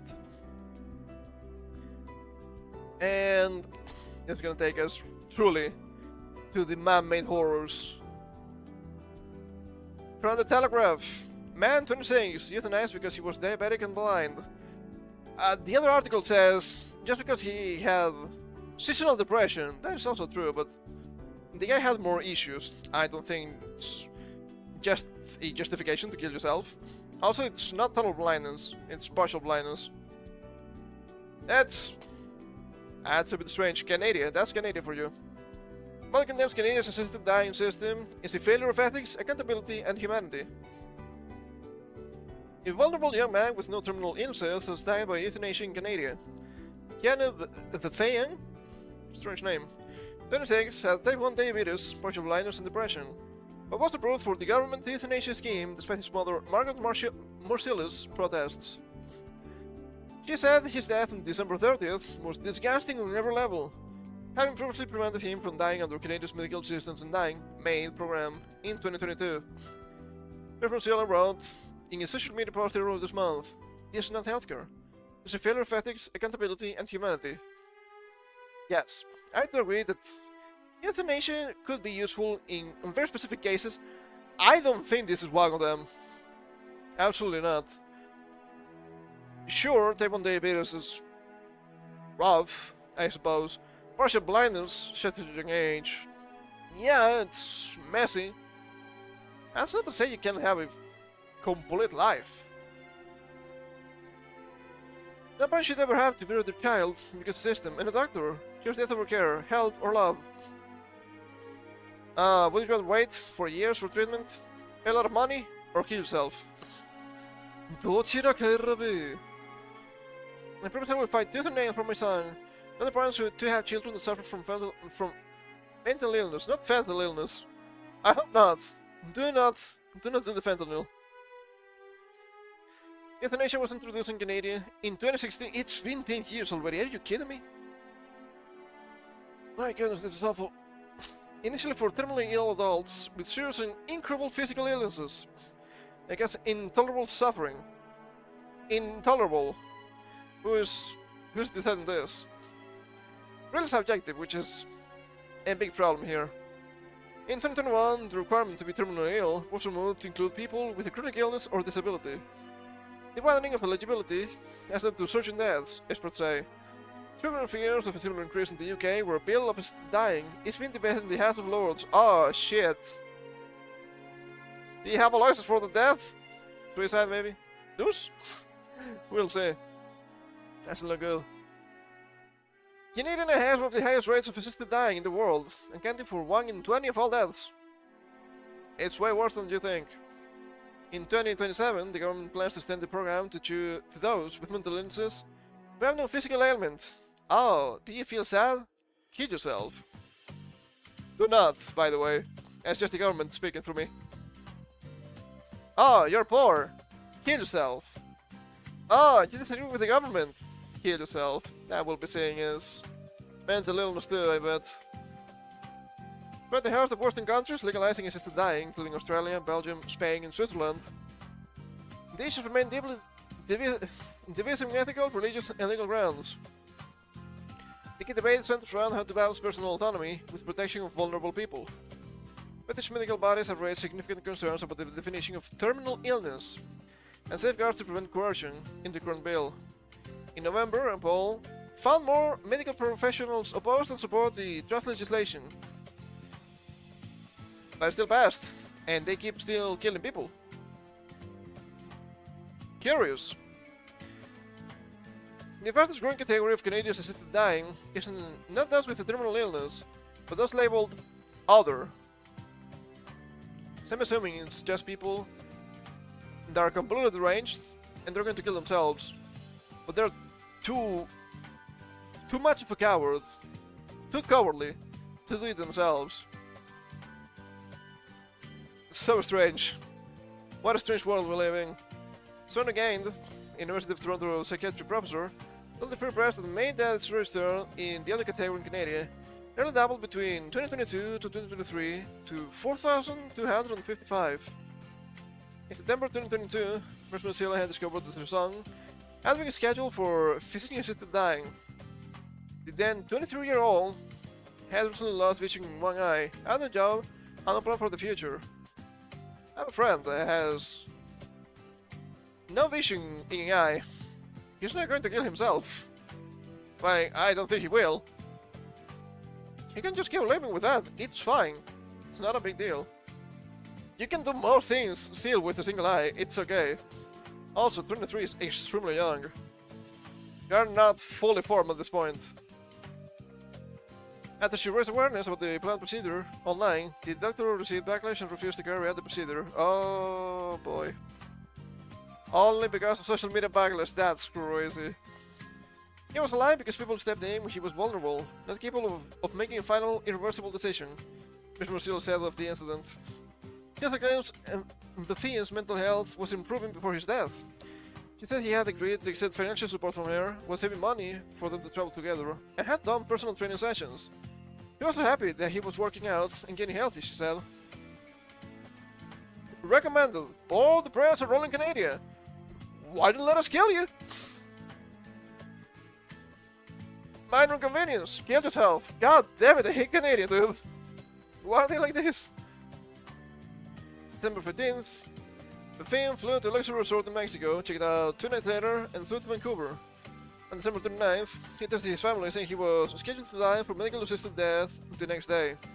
Mr. Seal said that she planned to pursue accountability from her son's maid doctor, who she claimed had managed to find a loophole in the system and had approved his death based on mental illness, despite it not yet being legal. Ooh, illegal killing from the government. The Fiend's death certificate listed the antecedent causes as blindness, severe peripheral neuropathy, damage to nerves that causes pain and numbness, and diabetes. You're sick? Kill yourself! What the fuck? You know what? I hope this woman can actually sue them into oblivion. It's Canadian, so I actually don't expect a whole lot, because they are extremely cocked. But we can only hope, I guess. Speaking of maid, breaking, the Canadian government has officially killed 100,000 citizens under its MAID program, fishing assisted suicide. This is one of the greatest tragedy in human history. That's kinda wild, isn't it? That's kinda wild. Not as many as abortion, but this is just Canadian, and this is just suicide since 2016. The number's already too high, nonetheless. And I guess we can finish for today. with a funny article about an animal again. What about the monkey? Not a donkey, but a monkey. Viral abandoned baby monkey takes first steps toward finding a family. Isn't that so nice? A baby monkey that went viral after being abandoned by his mother and forming an emotional bond with a plush toy has finally started to integrate with other macaques. Macaques? The infant Japanese macaque named Punch was born at Ichikawa City Zoological and Botanical Garden in Chiba Prefecture, Japan, on July 26, 2025. However, his mother rejected him shortly after birth, forcing zookeepers to step in and raise him to ensure his survival. Not a mouth to cling to, Punch developed a strong attachment to stuffed orangutan toy given to him by keepers. Photos and videos of him clutching the plush companion for comfort quickly spread online, which fans across sharing support on the hashtag Stay Strong Punch. He's just like us, okay? It's just a monkey brother. However, after much outbreak, Punch has begun to leave his stuffed toy behind and is now interacting with other monkeys.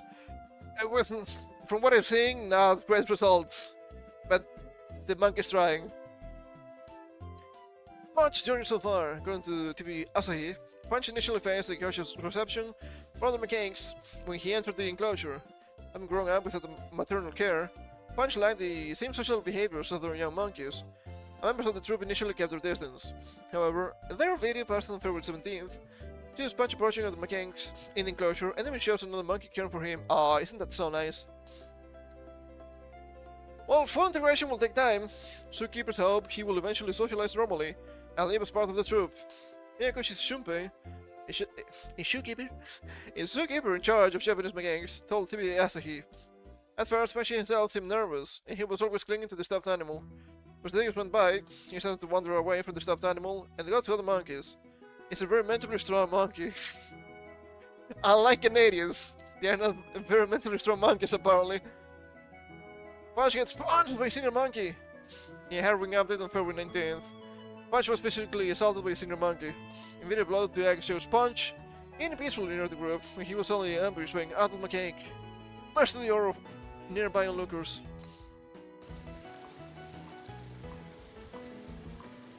Is it this one? I'm not sure.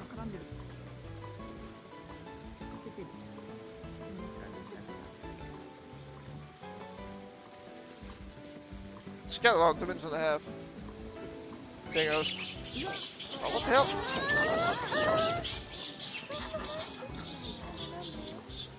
Run, monkey! Give a huge back to the toy.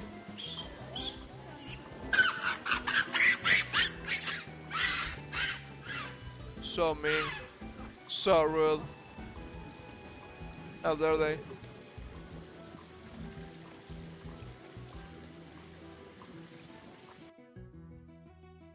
Punch was dragged across the ground several times before he managed to escape, clinging to his orangutan plushie and calling it for comfort. On February 20th, Ishikazu issued an official statement on the viral video, explaining exactly what happened and the reasoning behind the incident. Punch finally gets a much needed hug. A truly heartwarming turn of events. Punch has finally received a hug from another monkey in the group. Isn't that nice?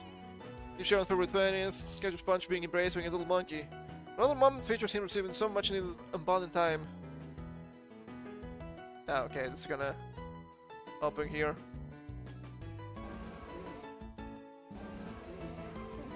Oh, that's so nice. Wow, that's kinda jank. Probably really something. Which is not surprising. Pretty nice. Pretty nice. Yeah, let me close that. One little monkey can be seen methodically checking Punch's fur for bugs, carefully removing anything it finds while Punch relaxes on the ground. It's like things finally were looking out for Punch. I'll continue to update this article as new developments emerge, including whether Punch is fully set by the troop. Be sure to bookmark this page and check back regularly for the latest updates on his progress. That's a strange way of shit on the side, but I guess it works. Oh, well. Well. Isn't that nice? Monkey pal.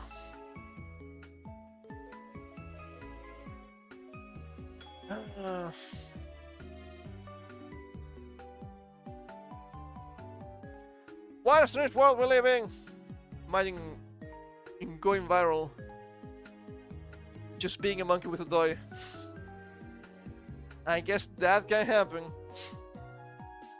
Anyway, I think there's time for me to take my leave. We went through everything today. We didn't go like an hour overtime. It's been happening a lot recently, which feels a bit strange.